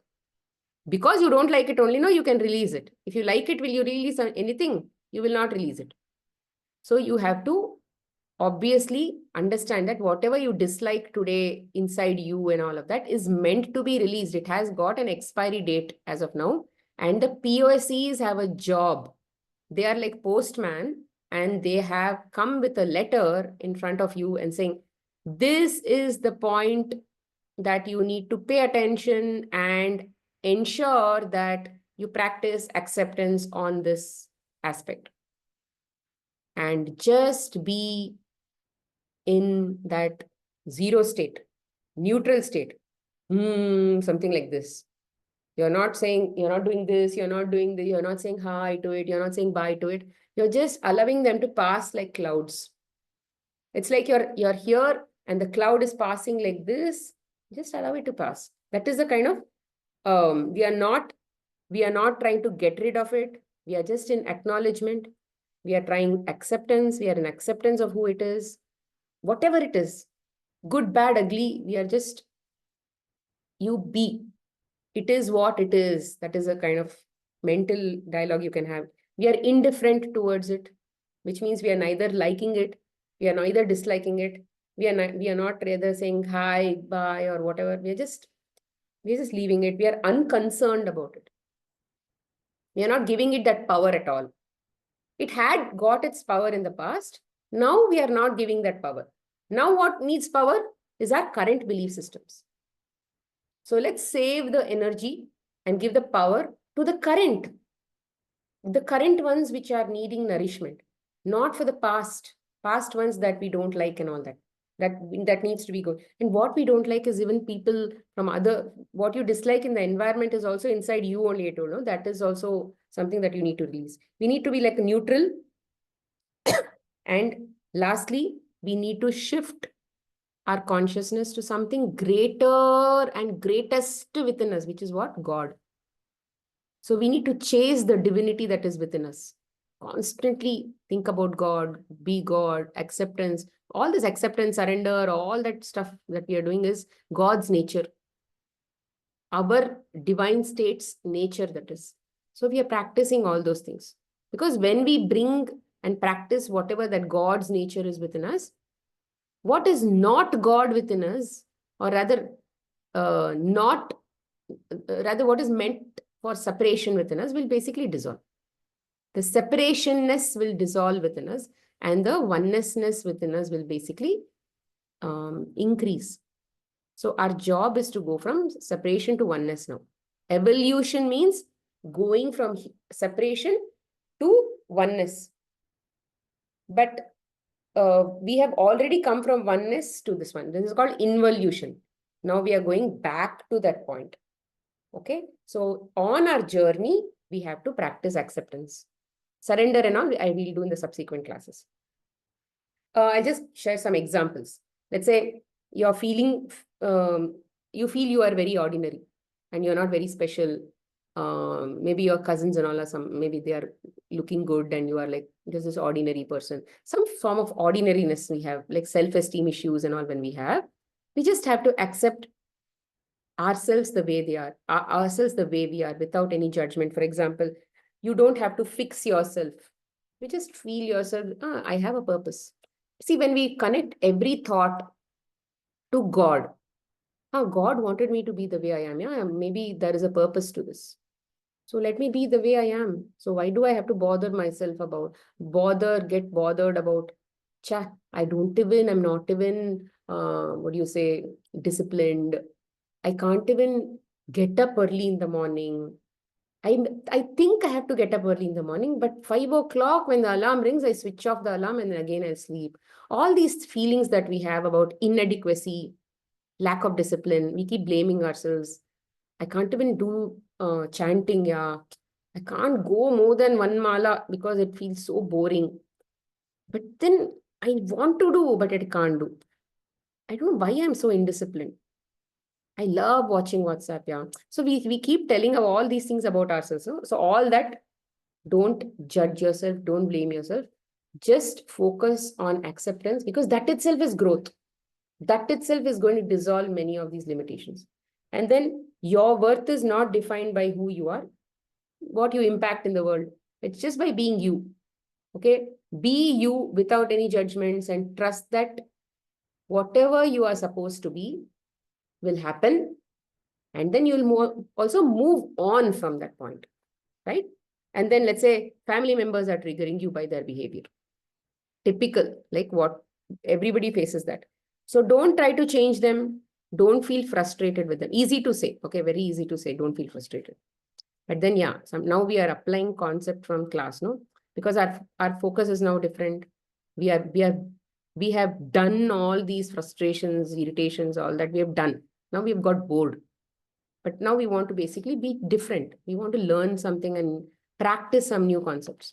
Hence, let's try not to be frustrated. Let's try not to change them. Let them be who they are, especially with children. Let's say they're not even studying, and then let's say exams are coming, but they're constantly watching TV. There is this time on your hands that is running, and you have this anxiety, you feel fear. What if I keep waiting like this for this acceptance to happen? What if time passes? So all of this urgency is there also. But what you have to believe is that is your own reflection. As much as you have this urgency inside your head, that is also that restlessness that you have that you need to let go. So don't try to fix people. Let them be the way they are, because you have to work on yourself. That is the only, because it's hard for you to know yourself. All these people are trying their best. So you do your best instead of trying to fix them. You can't fix them. They are only messengers. They are only postmen. They are not here to change. They'll just deliver the message. Next moment, another message they'll come. Today, now one message, tomorrow, another moment, one more message, another moment, one more message. Their job is constantly delivering messages only. But our job is to constantly look at ourselves and see what that message is trying to tell us. And they are who they are meant to be. And then instead of resistance, we have to go to understanding. Understanding that there is a purpose that this person is behaving like this with me, because I am basically not learning what I am doing. Rather, I'm in resistance, which is why he's still the same. Maybe I still have to practice a lot more acceptance. See, until 100% acceptance comes for that aspect, no, you will not see changes in them so much. After that 50% mark within you, it will slowly reflect in them. And then see them as a part of the soul learning. Yeah, maybe there is a soul learning within it. That's why he's like this kind of thing. And then let's say you worked hard for something, but then you did not get the expected outcome. There also, yeah, maybe in all divine timing, it is meant to be like this time. I'll accept this outcome. Maybe that kind of outcome will come in future. Maybe now it's not meant to happen. This is what God's wish was. The one who's driving me, that was his wish. Maybe because that outcome I'm still not yet ready for. When I'm ready for it, that will also come. And then let's say you were healthy, but now you're not healthy. Maybe now you have to spend more time learning to nourish your body, learning to care for your body, learning to self-care, be compassionate, connect with your body. So some of these things are only acceptance, because you're not fighting it. Even when you, let's say, do some diets or something like that, while you're in that diseased state, you are not trying to fix the disease. You're just trying to learn to be compassionate with whatever you are in that moment, and just try to self-care. That's all. And whether that self-care will eventually go to a disease-free state depends on how much you've accepted that disease in your life as not disease, as just an experience. And then let's say you are stuck in, this is one example I felt I wanted to share. You are, let's say, stuck in a stampede in Prayag. You'll be frustrated, right? You'll be frustrated for your life. So surrender at that moment. Surrender, just observe people the way they are. And when you are in that state of calmness, no, the reality of that chaos that is around you will also reflect that state that you are. You should always never forget that whatever I am experiencing is my internal state that is trying to come out. This kind of chaosness is there inside me, and now it is getting released. Now, what can you do about it? You again have to not be in resistance, be acknowledging. I love that to be the way it is. Can't fight a stampede, right? It is like that quicksand. When you try to get out of that quicksand, you'll actually get stuck even further. So stampede is also like that only.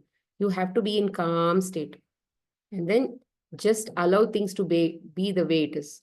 Yeah, what if I will die in this moment? Yeah, you have to die in that moment. What can you do about it? Maybe it's meant to be. That see, acceptance means anything can happen in that moment and I am okay with it. It's also a state of surrender.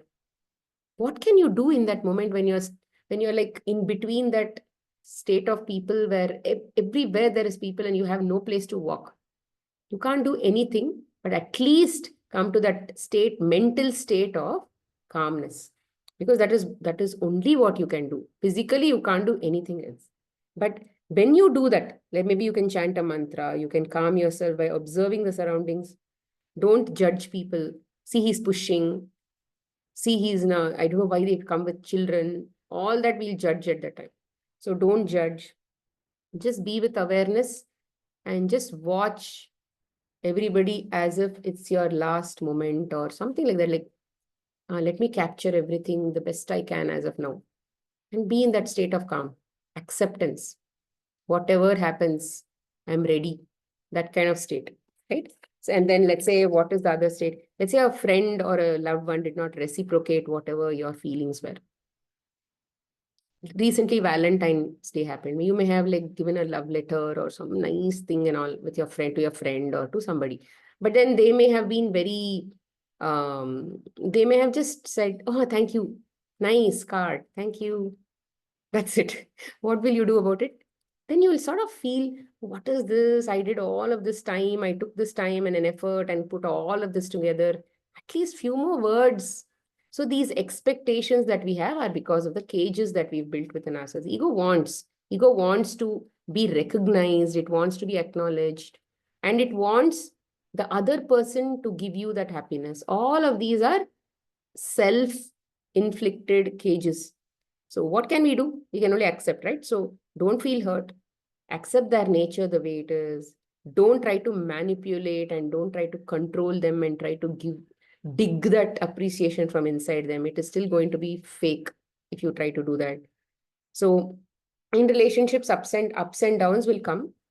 Believe that this is my reflected state as of now. What can you do about it? This is the kind of personality.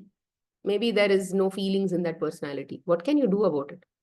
In my own personality, a part of me is trying to come out, and that part has no feelings. What can you do about it? You can just allow it to flow outside from you. So accept it the way it is. See, when something comes out of you, it is trying to come out of you, it means that it is going out. So allow it to go out.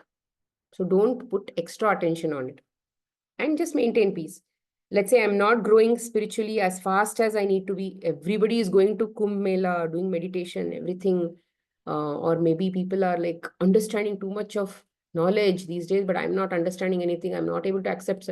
I'm not able to apply surrender only. I'm not able to accept, what is this? I'm not able to apply surrender. I'm not able to apply acceptance. I'm still fighting with my husband. I am attending these classes, recordings and all I'm doing, but for this, my children, I'm not able to do that. Yeah, why? So all this is also a lack of acceptance, right? So again, don't judge yourself. Wherever you are meant to be. So do the job of where you are meant to be first, fully, 100%. Wherever your role is, your goal must be God. See God in every single thing. See your master. See your master's hand in every single point wherever you are. Learn to be a loyal slave. Do it for him. Do it for his love. Do it because he's yours and you are his. That's it. There is nobody else. I'm doing this job as a mother because he told me to do. I'm feeding this child because He's coming to me in the form of this child. I'm feeding my husband, I'm cooking because he's coming to me in the form of this husband. So in everything, you're like putting that attachment of God in between. It's because every single thought eventually has to culminate in that God only. Then only you can't become thoughtless at some point in your life and go to samadhi and all of that will not happen overnight. It will come only when all your thoughts become God first. And then all those thoughts was God, but now it is you, and it is like I'm everything kind of state will come. Then there's nothing to think about because you're like in acceptance of everything. Why do we think about why are these thoughts there in my life? Because I'm not happy with many things in my life. I'm thinking about it. I'm trying to change it. I'm trying to fix it. I'm trying to worry about it. I'm in fear of something. That's why there are so many thoughts. But if you're in acceptance of everything in your life, there is nothing else because you are so much into God. God will take care. This is because of Him only. That will anyway happen. When it happens, it will happen. So when you're like all settled in your head, there are no thoughts only, no? So this is where we'll get to. But before that, all thoughts should become God. So try to fit God into everything. For that, you need to be a great slave. So practice being a great slave. Don't judge yourself. Surrender everything to divine timing and accept yourself wholeheartedly. Your spirituality is in the now, which means when ego is suffering a lot, ego doesn't like itself, and ego is embarrassed. That is when you are growing spiritually. So ego's loss is your gain. That is how you have to look at it. Okay. So yeah, even in many uncertain situations, even in ambiguity in our life, when we trust God, everything will actually settle in our head. It is not that everything is bad in our life. It is because we perceive things to be like that because of our ignorance, that narrow-mindedness that we have. So whatever we have to go out of that point. We have to accept things the way they are instead of trying to fix. When we try to fix things, when we are resisting, we are going horizontal. Left to right, left to right. We have to be in the center. Allow this also to be the way it is. Allow this also to be the way it is. And just that state of mind will help us go up to the state of broad-mindedness. Okay? So we'll conclude here. And if you have any questions, maybe I'll take one or two and then we can close the class. I know this is a lot to absorb, but listen to these classes multiple times. The more you hear about it, the more those, the more the filters that we have, the more the layers we have will actually melt. Because these are all, what do you say, that truth, the knowledge that is eternal. So when we listen to some of these things, automatically we get to that state of understanding. Today we may not understand, but you keep hearing. It's like broom. It's like a broom. It'll keep cleaning automatically, and someday you will understand because everything is already inside you. If you understood today, it is because your level of understanding, the broom has already done its job, and you've already got cleaned, which is why you're understanding.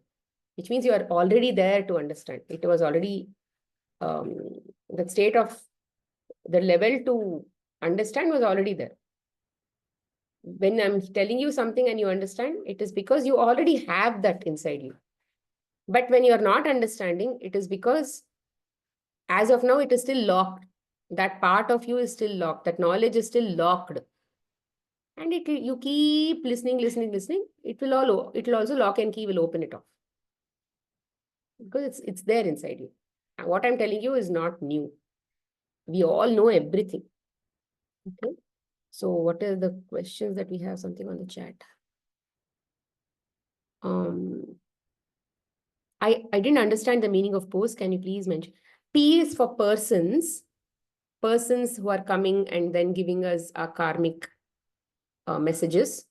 Objects, it will come in the form of objects. Let's say washing machine is not working, or let's say your laptop is giving you a problem, some objects. Then situations, some situations you are stuck in traffic jam, those kind of situations. And then what is the experiences that you get from the world in general? So POSE. Only in these 4 forms we get inputs that we analyze, that our sense organs taken, that our mind applies itself, all of that. Okay, Lekika? Yeah. Any questions? You all can unmute yourself. Yeah, Kritika? Shraddhaji, I'm Good, very good evening. grateful to you. I have been hearing you since season 2, and it's as you said, the blooming process started there, and now it is like I'm started fitting into aspects of my life. And after hearing to you for the season, past season, and implying it in my life, with bigger issues, with bigger triggers, I'm unable to imply it directly. So I Mm, thought I'll break it down to everyday small mm, incidents and ask absolutely. you. Yeah, yeah, yeah, yeah. With understanding this surrender concept, I feel somewhere by accepting it, we become desireless. Is it that state? See, when you say desires, no, desires are keeping you again. Why do you desire something when you think you don't have something? Right? The whole point is about feeling that I already have everything what I need in this moment. Okay. So we need to get to that state of absolute abundance. See, when we are desiring something, we think we don't have it. But actually, what we need for our growth is already there. Whatever we need, it is already being provided. It's like, as of now, whatever the car needs to fully function, to whatever its potential is, it's already there. But the car believes that it wants a nitro booster. It's like that. So desires are coming from a place of lack. So that itself shows that I am not whole. I'm not God. But we can't really apply those concepts so easily, which is why we say in all your duties, just do your duty for God without any expectations. Because God is the one who's doing it through you. And he's the one who's also going to get the outcomes for this body. And again, who's going to enjoy those outcomes? Again, God only.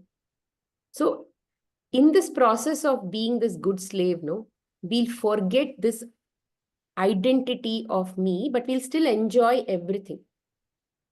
That sense of gratitude will be huge. That sense of happiness will already be huge. The sense of contentment will already be huge, which is what we are actually looking at.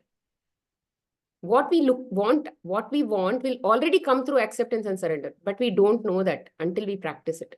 Surrender means my level of trust and faith on the one who runs this cosmos is very huge. So then I know that whatever outcome is designed to come to me is also meant for my growth. So why should I resist an outcome? Every outcome is good. So when I think I desire something, I would have desired from that limited state of mind. But maybe when I don't desire it at all, you can obviously have a desire, but the whole problem is when you run behind that desire. That is wrong. You can have a desire. There is nothing wrong in having desires, but have the desire for the highest, the one who made that, which is God. If you get the chicken that lays the golden eggs, you don't need the golden egg. You will not go behind the golden egg. Go behind the one who is laying the golden egg. So go behind God. Once you go behind God, everything that is under him, which your desires are, will anyway get fulfilled. It's like always aim for the highest, which is why I said chase that divinity. Because everything else is under that only, no? You will anyway get it. Because he's inside you. Doesn't he know what your desires are? He will definitely get it fulfilled. I'll give you an example. I have certain books. And then in that book, I had read only 3 volumes few years back. And now recently we have been doing some prayers, some chanting or some stotra at home. And then we started discussing that we have to go to that place where that deity is, Hanuman is. And then we were discussing about that place called in Hampi. And I wanted to get some information about that. And turns out I found those books, the books that I had given it to my in-laws. Suddenly I went to their house, I was looking for something else, and I found the books that I'd given to them. And I took back those books and came to me and I said, oh yeah, only 3 books I've read. No, let me start reading from the 4th volume. In 2017, I stopped. Now I started reading the 4th volume. In that volume, everything about what I wanted is there. I definitely had a desire. And this desire was for God Himself. It was not for some selfish needs or something. So when you go behind God, that desire will automatically get lined up. Rather, it will get fulfilled. He'll make sure that lines up automatically. So let all your desires be for that ultimate purpose called God. Even if, let's say, you want money.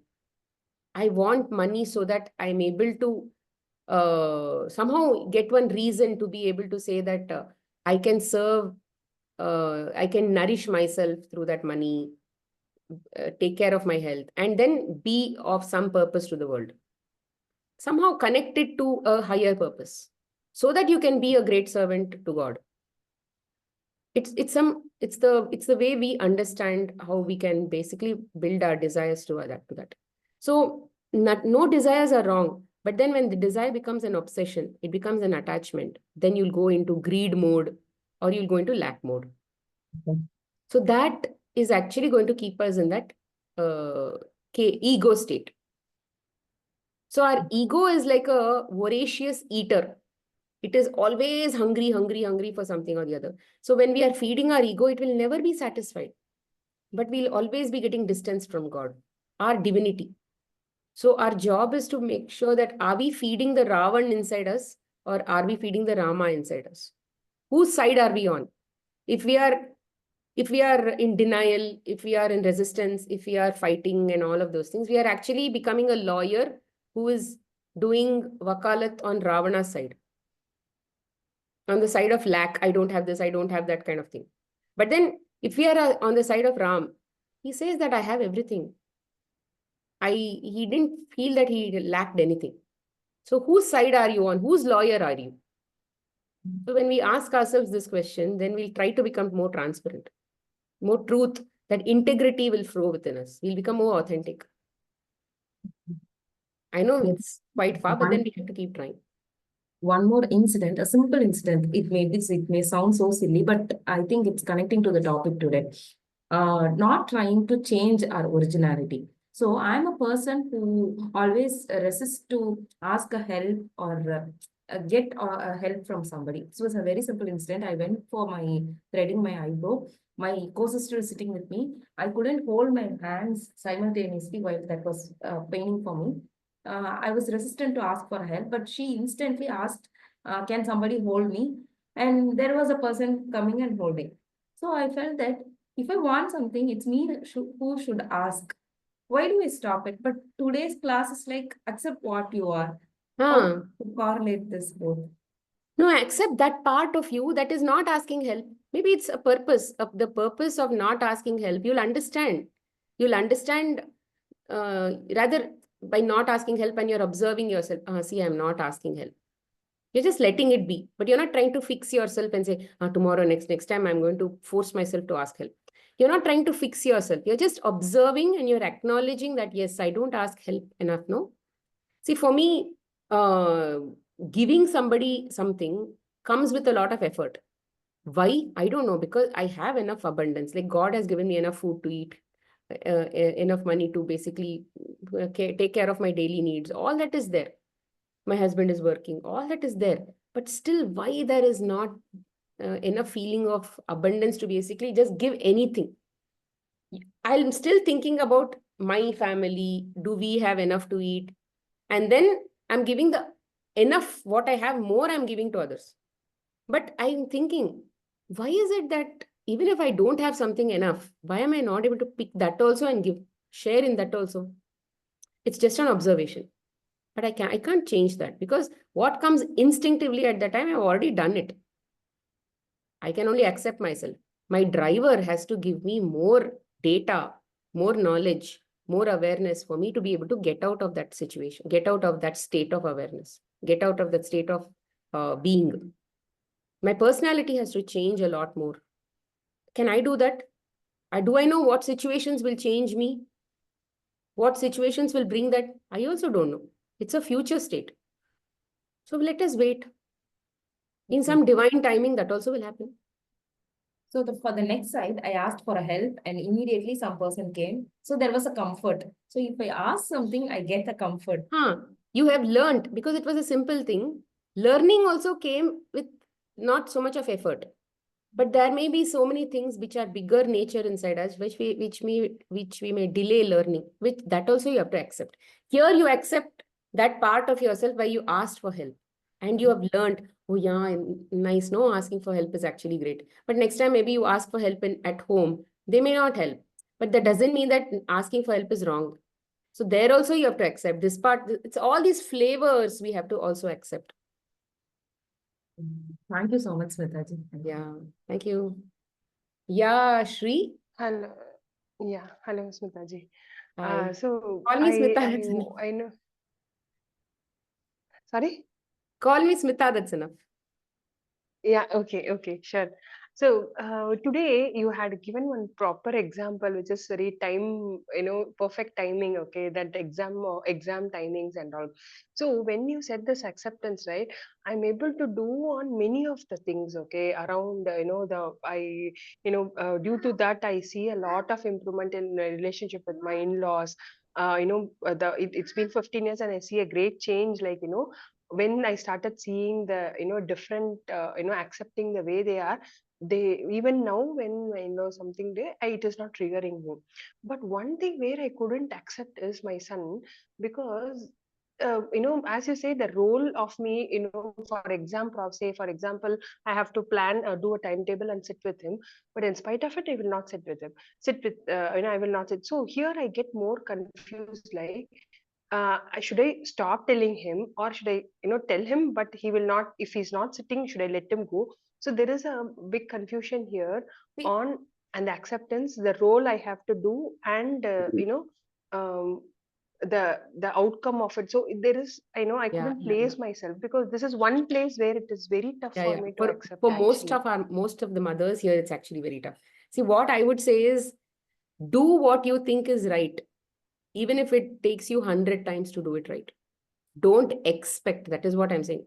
Do your duty. Don't expect outcomes. So which means you will keep telling him, come sit, come sit, come sit, we'll do this. In different creative ways, you're telling him, come and sit, we'll do this, we'll do that. It's nice. Blah. So you are being creative, you are using your passion and then basically trying to sit with him. Whether he sits or no, that is none of your business. But if your mental state is, I'm just going to keep, God has asked me to keep doing my duty, to keep telling him, because telling him that sentence, you think is the right thing to do, which is why that awareness has already come. Tell. You feel Yeah, it's right, correct. no? That is why you have to do it. Whatever you think is right, you have to do it. That is your job. Keep doing. But what is not your job is to become angry after telling him 10 times and because he didn't sit. That is ego. So I'm Mm. saying just keep doing your job. That is why you'll be a good slave to God. You're not getting Okay, tired. okay. That Mm. state But where the you're moment I see, like, actually willing he to didn't do your sit duty, after. you're willing to Mm. do your duty, whether he does it or no, is actually going to make him come and sit. Mm. You have to try it for you to believe it. It's your Correct. reflection, no? All the time, it's always reflecting your internal state. So for you need to come to that internal state for you to be able to actually see how it responds, how the reality responds to you. Because sometimes I contemplate, say, I have to tell him, but this is how he is, so I should accept and leave. So then after some time, I leave and go. After some time, again, I said, no, you should come and study like that. So, it is like an internal, The past, um, you know, the past patterns are ego's cages. It has made a belief system saying, even if I tell him so many times, he'll anyway not come. So this time, how does it matter? Those are the cages that we've created inside our head, the layers that we've created. We need to correct. ignore them because they are the Yes, past. In this correct. moment, yeah, I know that these belief systems are there.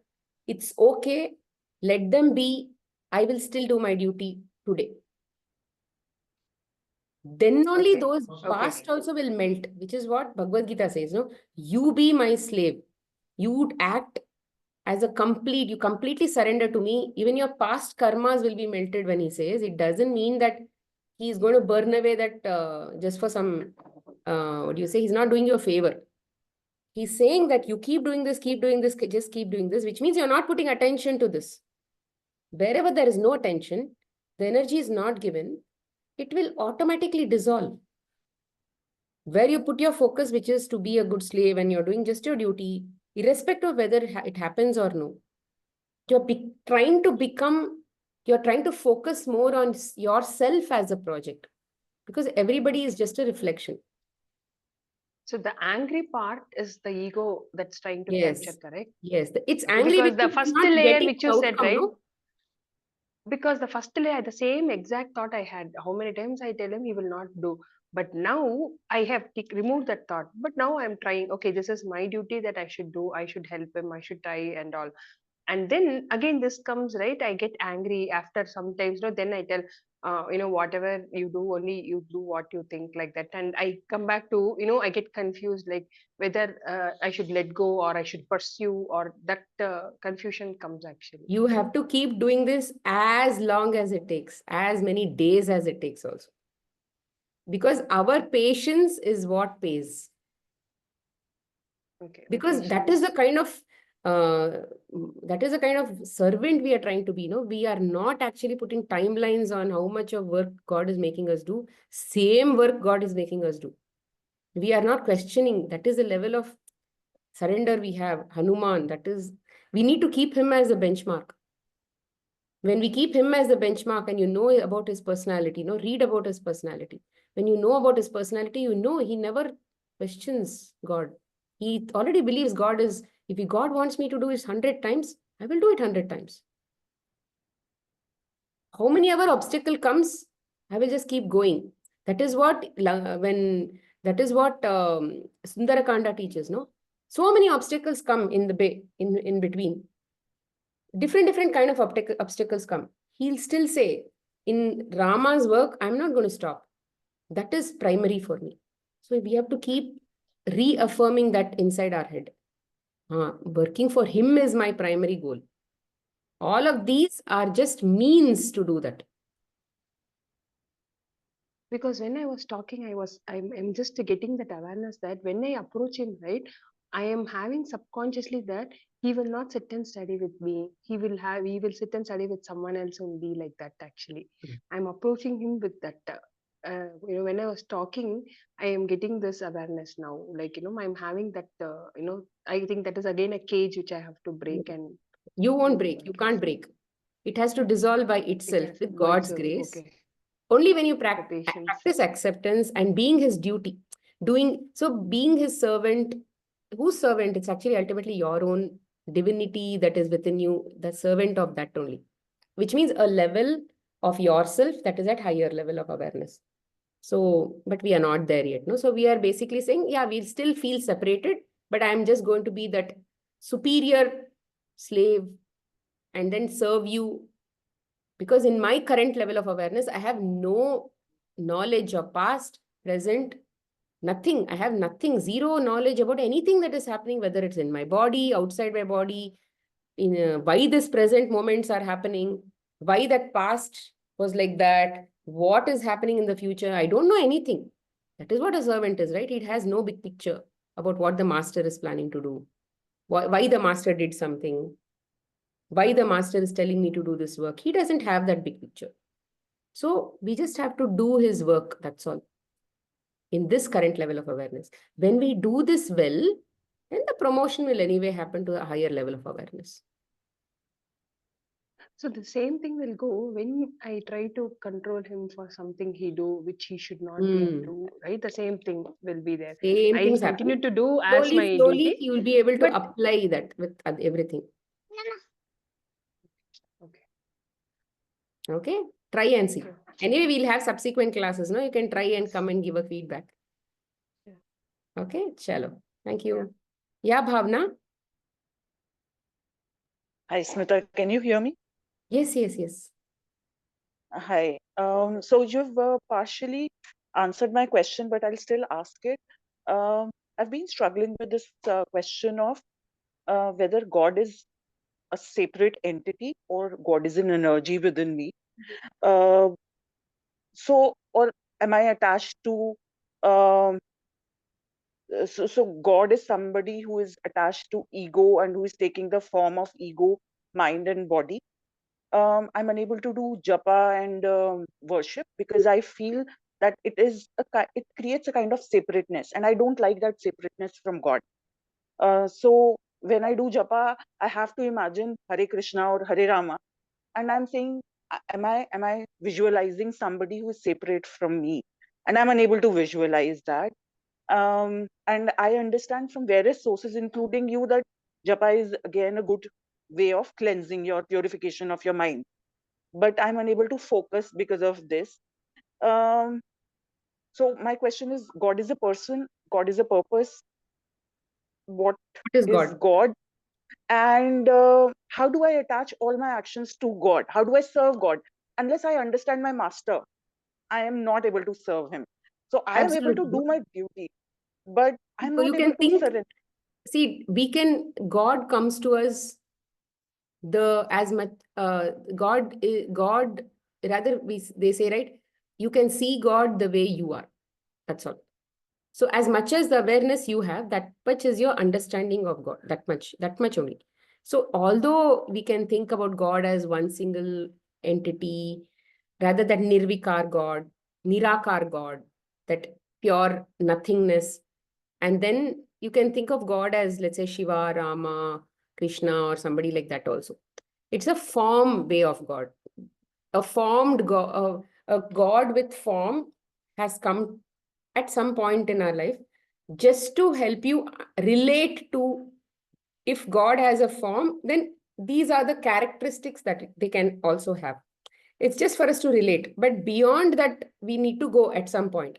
But it is important to basically uh, culminate. It's okay to culminate all our thoughts to even one Krishna or a one Rama or one Kali, one Jesus, one Allah.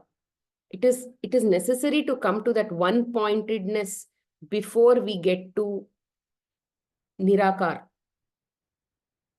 which is God is energy. I am God. You won't be able to get to that point because you still can't see God in everybody. In the separateness, you should be able to see God. You should be able to see God. Not, first of all, you need to be able to see God, believe that God is in everybody. Then when you see God is in everybody, then you'll be able to accept them. See, it's about application of the God's concept. Why do we do chanting and all that? Is basically to keep coming, get all our thoughts, let's say 60,000 thoughts we get in a day. At least when we have done 1 hour of japa, maybe we have cut down 10,000 thoughts in that day. We've probably had only 50,000 because assuming that all 1 hour you had focused completely on that japa itself. But we may not be. Maybe only 5 minutes we have focused. Rest of it again was distraction. Irrespectively, we are just trying to put, at least in that 16, 17 hours that we are awake, we are just trying to train the mind to be able to think of only that single concept, single entity. You can give it a form or you don't have to give it a form. That is your choice. You don't even have to visualize. You just have to have an intention. It's all about intentions. You don't need to visualize. You can just intend that I am chanting for that supreme. That's enough. It's like it's all taken care of. Because when you are putting all your energy into visualization, if it helps you, do it. Ultimately, there's nothing wrong or right about anything. It's all about, is my thoughts majorly in my day thinking only about one single entity called God? Or am I basically scattered into multiple places? So the whole objective is to make it a japa. When you are doing a japa, you're actually doing consciously. You're chanting consciously. So initially we are chanting consciously. Later on only it becomes an ajapa, no? Where unconsciously also you're silent, but your cells are all chanting that same mantra. We'll get there, but before, they're all stages to get to that single pointed thinking. One single thought. It's not actually one single thought. It's about all thoughts becoming one. And then there is nothing to worry because no thought is disturbing you. You're just able to see God, God, God, God in every thought. It doesn't become a distracted thing anymore. It's still about the same God. Every single thought you have is about the same God. Initially, that different thoughts about God can be about, I'll do bhog for God tomorrow. I'll do this bhog for God tomorrow. I'll do that bhog for God. Maybe I'll do this flowers for God tomorrow, or maybe I'll sing for Him tomorrow. That can still be there, but that's okay. Allow that also to happen. Eventually, that will culminate into one single pointedness in some form or shape. Which is what I said, right? Whatever you are, you are meant to be. And God is not something that we can understand as long as we are in this body. Because He's beyond the body. He's beyond this intellect also. So with using what will you understand Him? When we try to fit Him into this limitedness, we can only perceive as limited as we are. But He may not be. He may be even beyond that. But that a little bigger part of that you will understand only when your awareness increases. So whoever He is, it really doesn't matter. What we are, we have to understand. And that separateness is necessary because now you are meant to be separate. Your consciousness is giving you a separate feeling. So enjoy the separateness. Because your originality is anyway Sachidanand state. Why bother going there? Be the best person. Be the best separate person now itself. If they've given you a job, do that job well. Why try to go and then we don't have to try to become God. We are already God. We just have to learn to be the right human being in wherever state you are. No need to run behind spirituality, trying to be divine and all of that. Divine is already who we are. That layers is something that we are trying to remove, that's all. And that will automatically get removed as long as we accept the limitations that we have as not bad, as something that it is meant to be. Let me rather experience it and see what it is meant to be, what its purpose is. That is acceptance. That is growth. That will actually push us forward. That is evolution. We can't run away to any other thing, satsang. We can't run and do something else. No need to do anything. In this very moment, you keep accepting surrender, you are getting enlightened in installments. And we have a ton of such things to learn before we get there. So let's keep doing the same process again and again, get better in the process. So you'll actually master this process, then there's nothing like chuck, growth will go. Just one more thing. What my understanding of purification of mind was from the previous videos was that whatever you're resisting, force comes and makes you aware about the resistance. And the first step to dissolving that resistance is that you become aware and gradually it will dissolve. But you said accept the resistance and keep accepting it. We don't have to do anything about it. See, when you So say if accept the resistance, accept the fact that you dislike it. And that dislike doesn't come from that person being like that. The dislike comes right, from you already having it. That is what is acceptance. Because you already have it, what can you do about it anyway? Yeah, now as of now, you are disliking something. Resistance means I am unable to believe that that issue is within me. I'm basically trying to change somebody else and making them change because I believe that this issue, this dislike that I'm having is because of them. That is no, so I now resisting the fact, resisting the truth. Resisting means pushing it away or running it away from it. no, so my problem is I can see if my child is doing something which I do not like, I resist. First of all, I resist him doing it. Then I reflect and I realize, suppose he's not studying. Then I realize that I give too much importance to studies, that those people who study are successful according to my belief system. So I have understood that part. Now, my second part is, now I know that I have the belief system, the limiting belief. It's not that people who are studying are the successful ones, or if my child will not study, he'll not be happy in life. I've understood that part. But now, what do I do with my belief system? Will it dissolve automatically? It will take time, but it will dissolve, because there is maybe so much of energy that we put behind it. It doesn't feel like it is getting dissolved at all. But the more you keep working on it with the belief that, yes, it is dissolving, but it may not show up so significantly in my reality yet until it at least gets to 50%.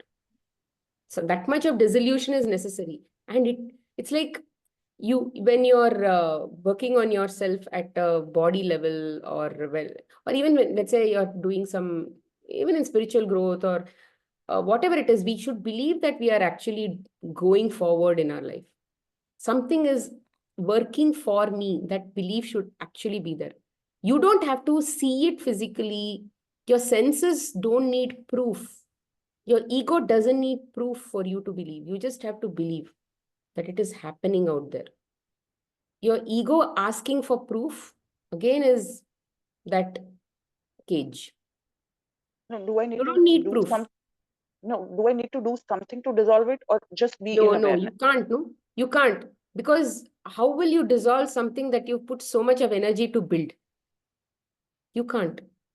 Something, it's like you should, the very fact that you believing that this is not necessary. This is not necessary means the natural course is, it is anyway going, which is why it is coming out of you as a dislike. The very fact that it is coming out as a dislike means it is not matching with your current awareness or belief systems. It is not matching. It is not meant to be. So what is not meant to be is anyway going. So allowing it to go is what is dissolving. I think the moment When I can we see, don't separate allow it to myself. go, when what is not allowing it to go is basically when you put attention on it, or try to fix it, try to hold it, or do anything like that. No, when you give attention to it, you are actually trying to keep it inside you without your knowledge. That's You're not beautiful. allowing it to go. But When I'm when one you're with like that too thought, casual about it, chalta hai, it's happening, let it happen. When you're like indifferent about it, you're not giving it undue attention, no, then it will do its job. The universal job is anyway happening. The cosmos is anyway doing its job, or that sense of growth or innate intelligence is already doing its job. But the ego should not interfere in that job. That is what is something that we are trying not to do. beautiful. Thank you so much. Yeah. Thank you. Anju, last question. After that, we'll stop. Okay. Thank For you. sharing, Sita. Yeah. So last month my daughter had got married. Yeah. So before Congrats. that, before the wedding, I had so many fears. I was getting all indications of ambulance and people dying and everything. Yeah. So I really didn't know what to do. So raised a question so to you also. So you had asked me, okay, Anju, go. Madam, there were so many questions going in me. I didn't know what to do. Whether I should postpone the marriage, uh, whether I should keep the marriage. Then you asked me to ask my questions to myself instead of asking you, right?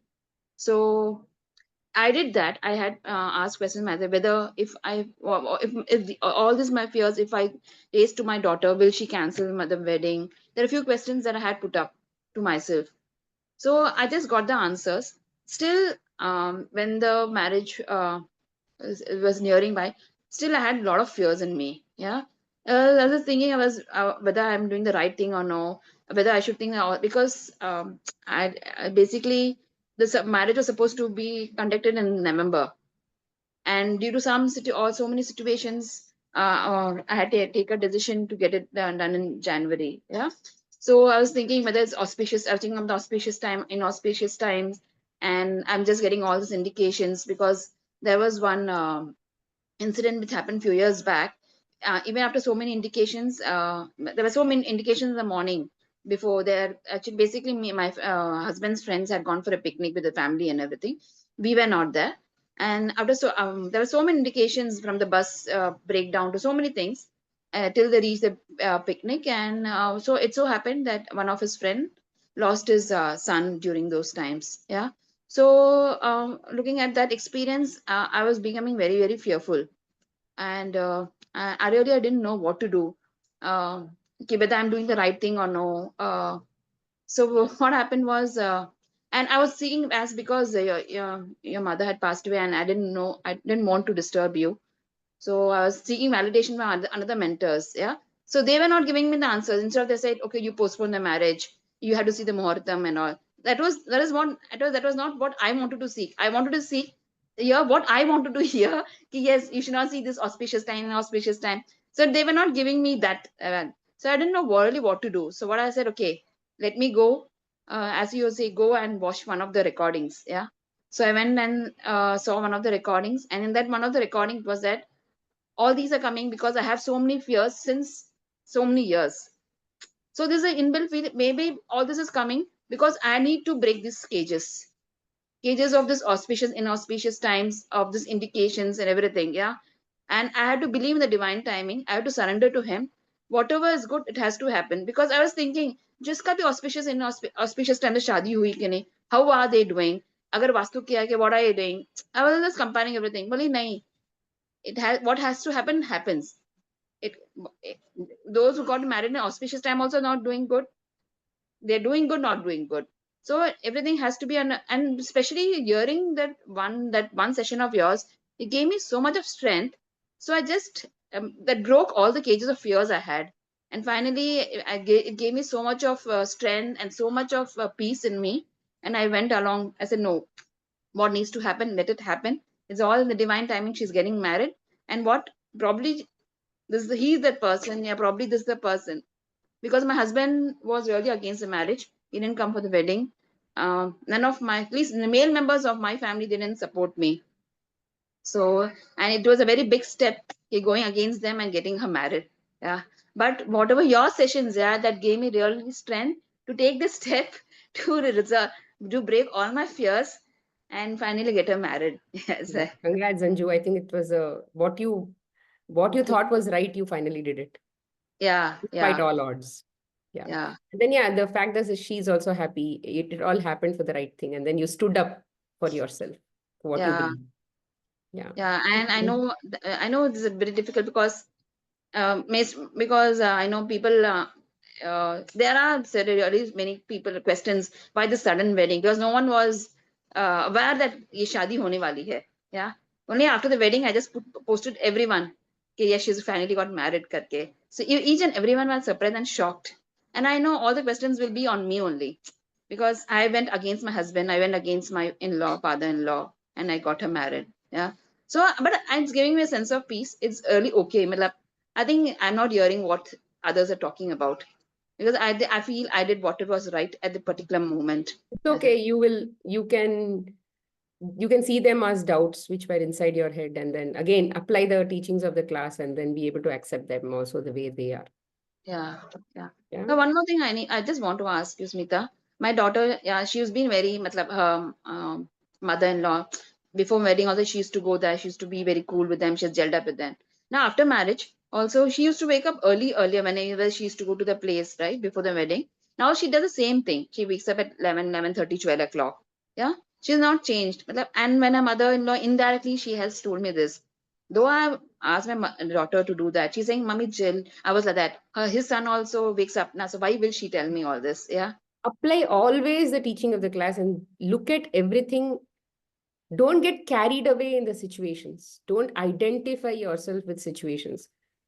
Apply the teachings of the class and see what is my reality, what is the postman trying to tell me, what are my feelings, what is getting triggered. Come back to focus on yourself. probably the Otherwise, trigger is that. you will always see your limited feelings only are trying to come out now. So you only believe that she's waking up at 11 o'clock. You only don't like it, first of all. Yeah. right? Yes. So always look at this from your own spotlight on yourself, because all those people are just your own reflections, behaviors, everything is our own reflection. So when you are able to look, so that the first thing that you have to remember is, what are they trying to tell me about myself? Is it like that? They probably because they will judge me. Ki what type of teaching I have made my yeah? Irrespective, Because she was anything. It comparing can her be with a anything. Your own fear, your own anxiety, your own belief system, everything is there inside you only. So you can't, you see, there is nothing called fixing the world. It is only about you settling with what you are and accepting it. There is no action for you. If you're taking an action to fix something and trying to teach her and guide her and all of that, it means that again, she's an adult. You are trying to make them change so that you can be okay. Your ego is, again, like I said in one of the points, you're trying to, somebody's behavior is not is bothering you. Why are you trying to fix them? Accept them the way they are. It's now she's a different house. So come to peace with your own thing. So you need to again see the journeys and the flavors will keep changing. Drama, scenes, everything will keep changing. But the teachings and application of those teachings and the process is eternal. It is applicable for every single situation. You just have to apply the teachings and it will all work. I will do my duty. No expectations. Yeah, you told her. No expectations after that. Whether she gets up or no, it's none of your business. And it's not your duty. Yeah? She's in somebody else's house now and she's an adult. So when there are is they it are also the different. When fear they are that adults, they are different. So you are working on yourself at all times. You are not working to fix anybody's life. So if she's asking your help, go help. Go advise. She may follow, she may not follow. But if she's not asking your help, it's none of your business to interfere in anybody's life. Always look at yourself and see what it's trying to teach you, what fears you are trying to work on. what about when a mother-in-law shares with me, right? So what is that? What is that I need to do? Because I don't Oh, want to is go and it? tell her. Oh, Huh? is it? That's it. Enough. Okay. Oh, yeah, sure. I'll let her know. That's it.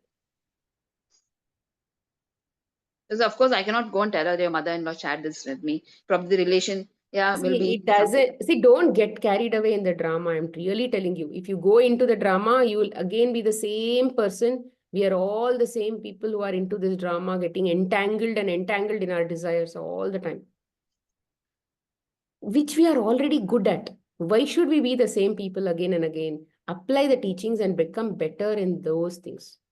Change your personality to follow what God wants. Be truthful to yourself. You don't need to fix. It's a Maya. It's just coming to constantly fix you, to change you. Every single person is constantly trying to tell you. Focus on this area of yourself. Focus on this area of yourself. So society also has created a lot of belief systems within us. So focus on all of those things. You will get your answers if you are applying the teachings of the class. And there is no right or wrong about any action that you take. You did what you think was right. If you think something is right, go ahead and do it. That will also teach you some lesson. Okay? Listen, keep listen. Today's class had answers to your doubts. Listen to Yeah, it I with the usually same perspective. You'll get log. it. I will listen to it again. Yeah. Yeah. Listen multiple times, you'll get it. You'll get the answers because it's always inside us. Okay? Okay, one final question I'll take. Thank you, Anju, if that is all. Yeah. Okay. How about goals, ma'am? Are they also desires that we want to reach for our sense of accomplishment? See, these goals that we have, internal goals that we have goals, plan for those goals also, but don't be obsessed with them. You may make a project plan, you may make all of those, I'm going to do this timetables, all that we do. But then In that moment, just do your duty. Don't have any expectations. That's it. You've already done a plan. Work on that plan. Day to day, whatever you're doing, just do. And accept everything that happens. Sometimes you may work as per the plan. Sometimes you may not work as per the plan.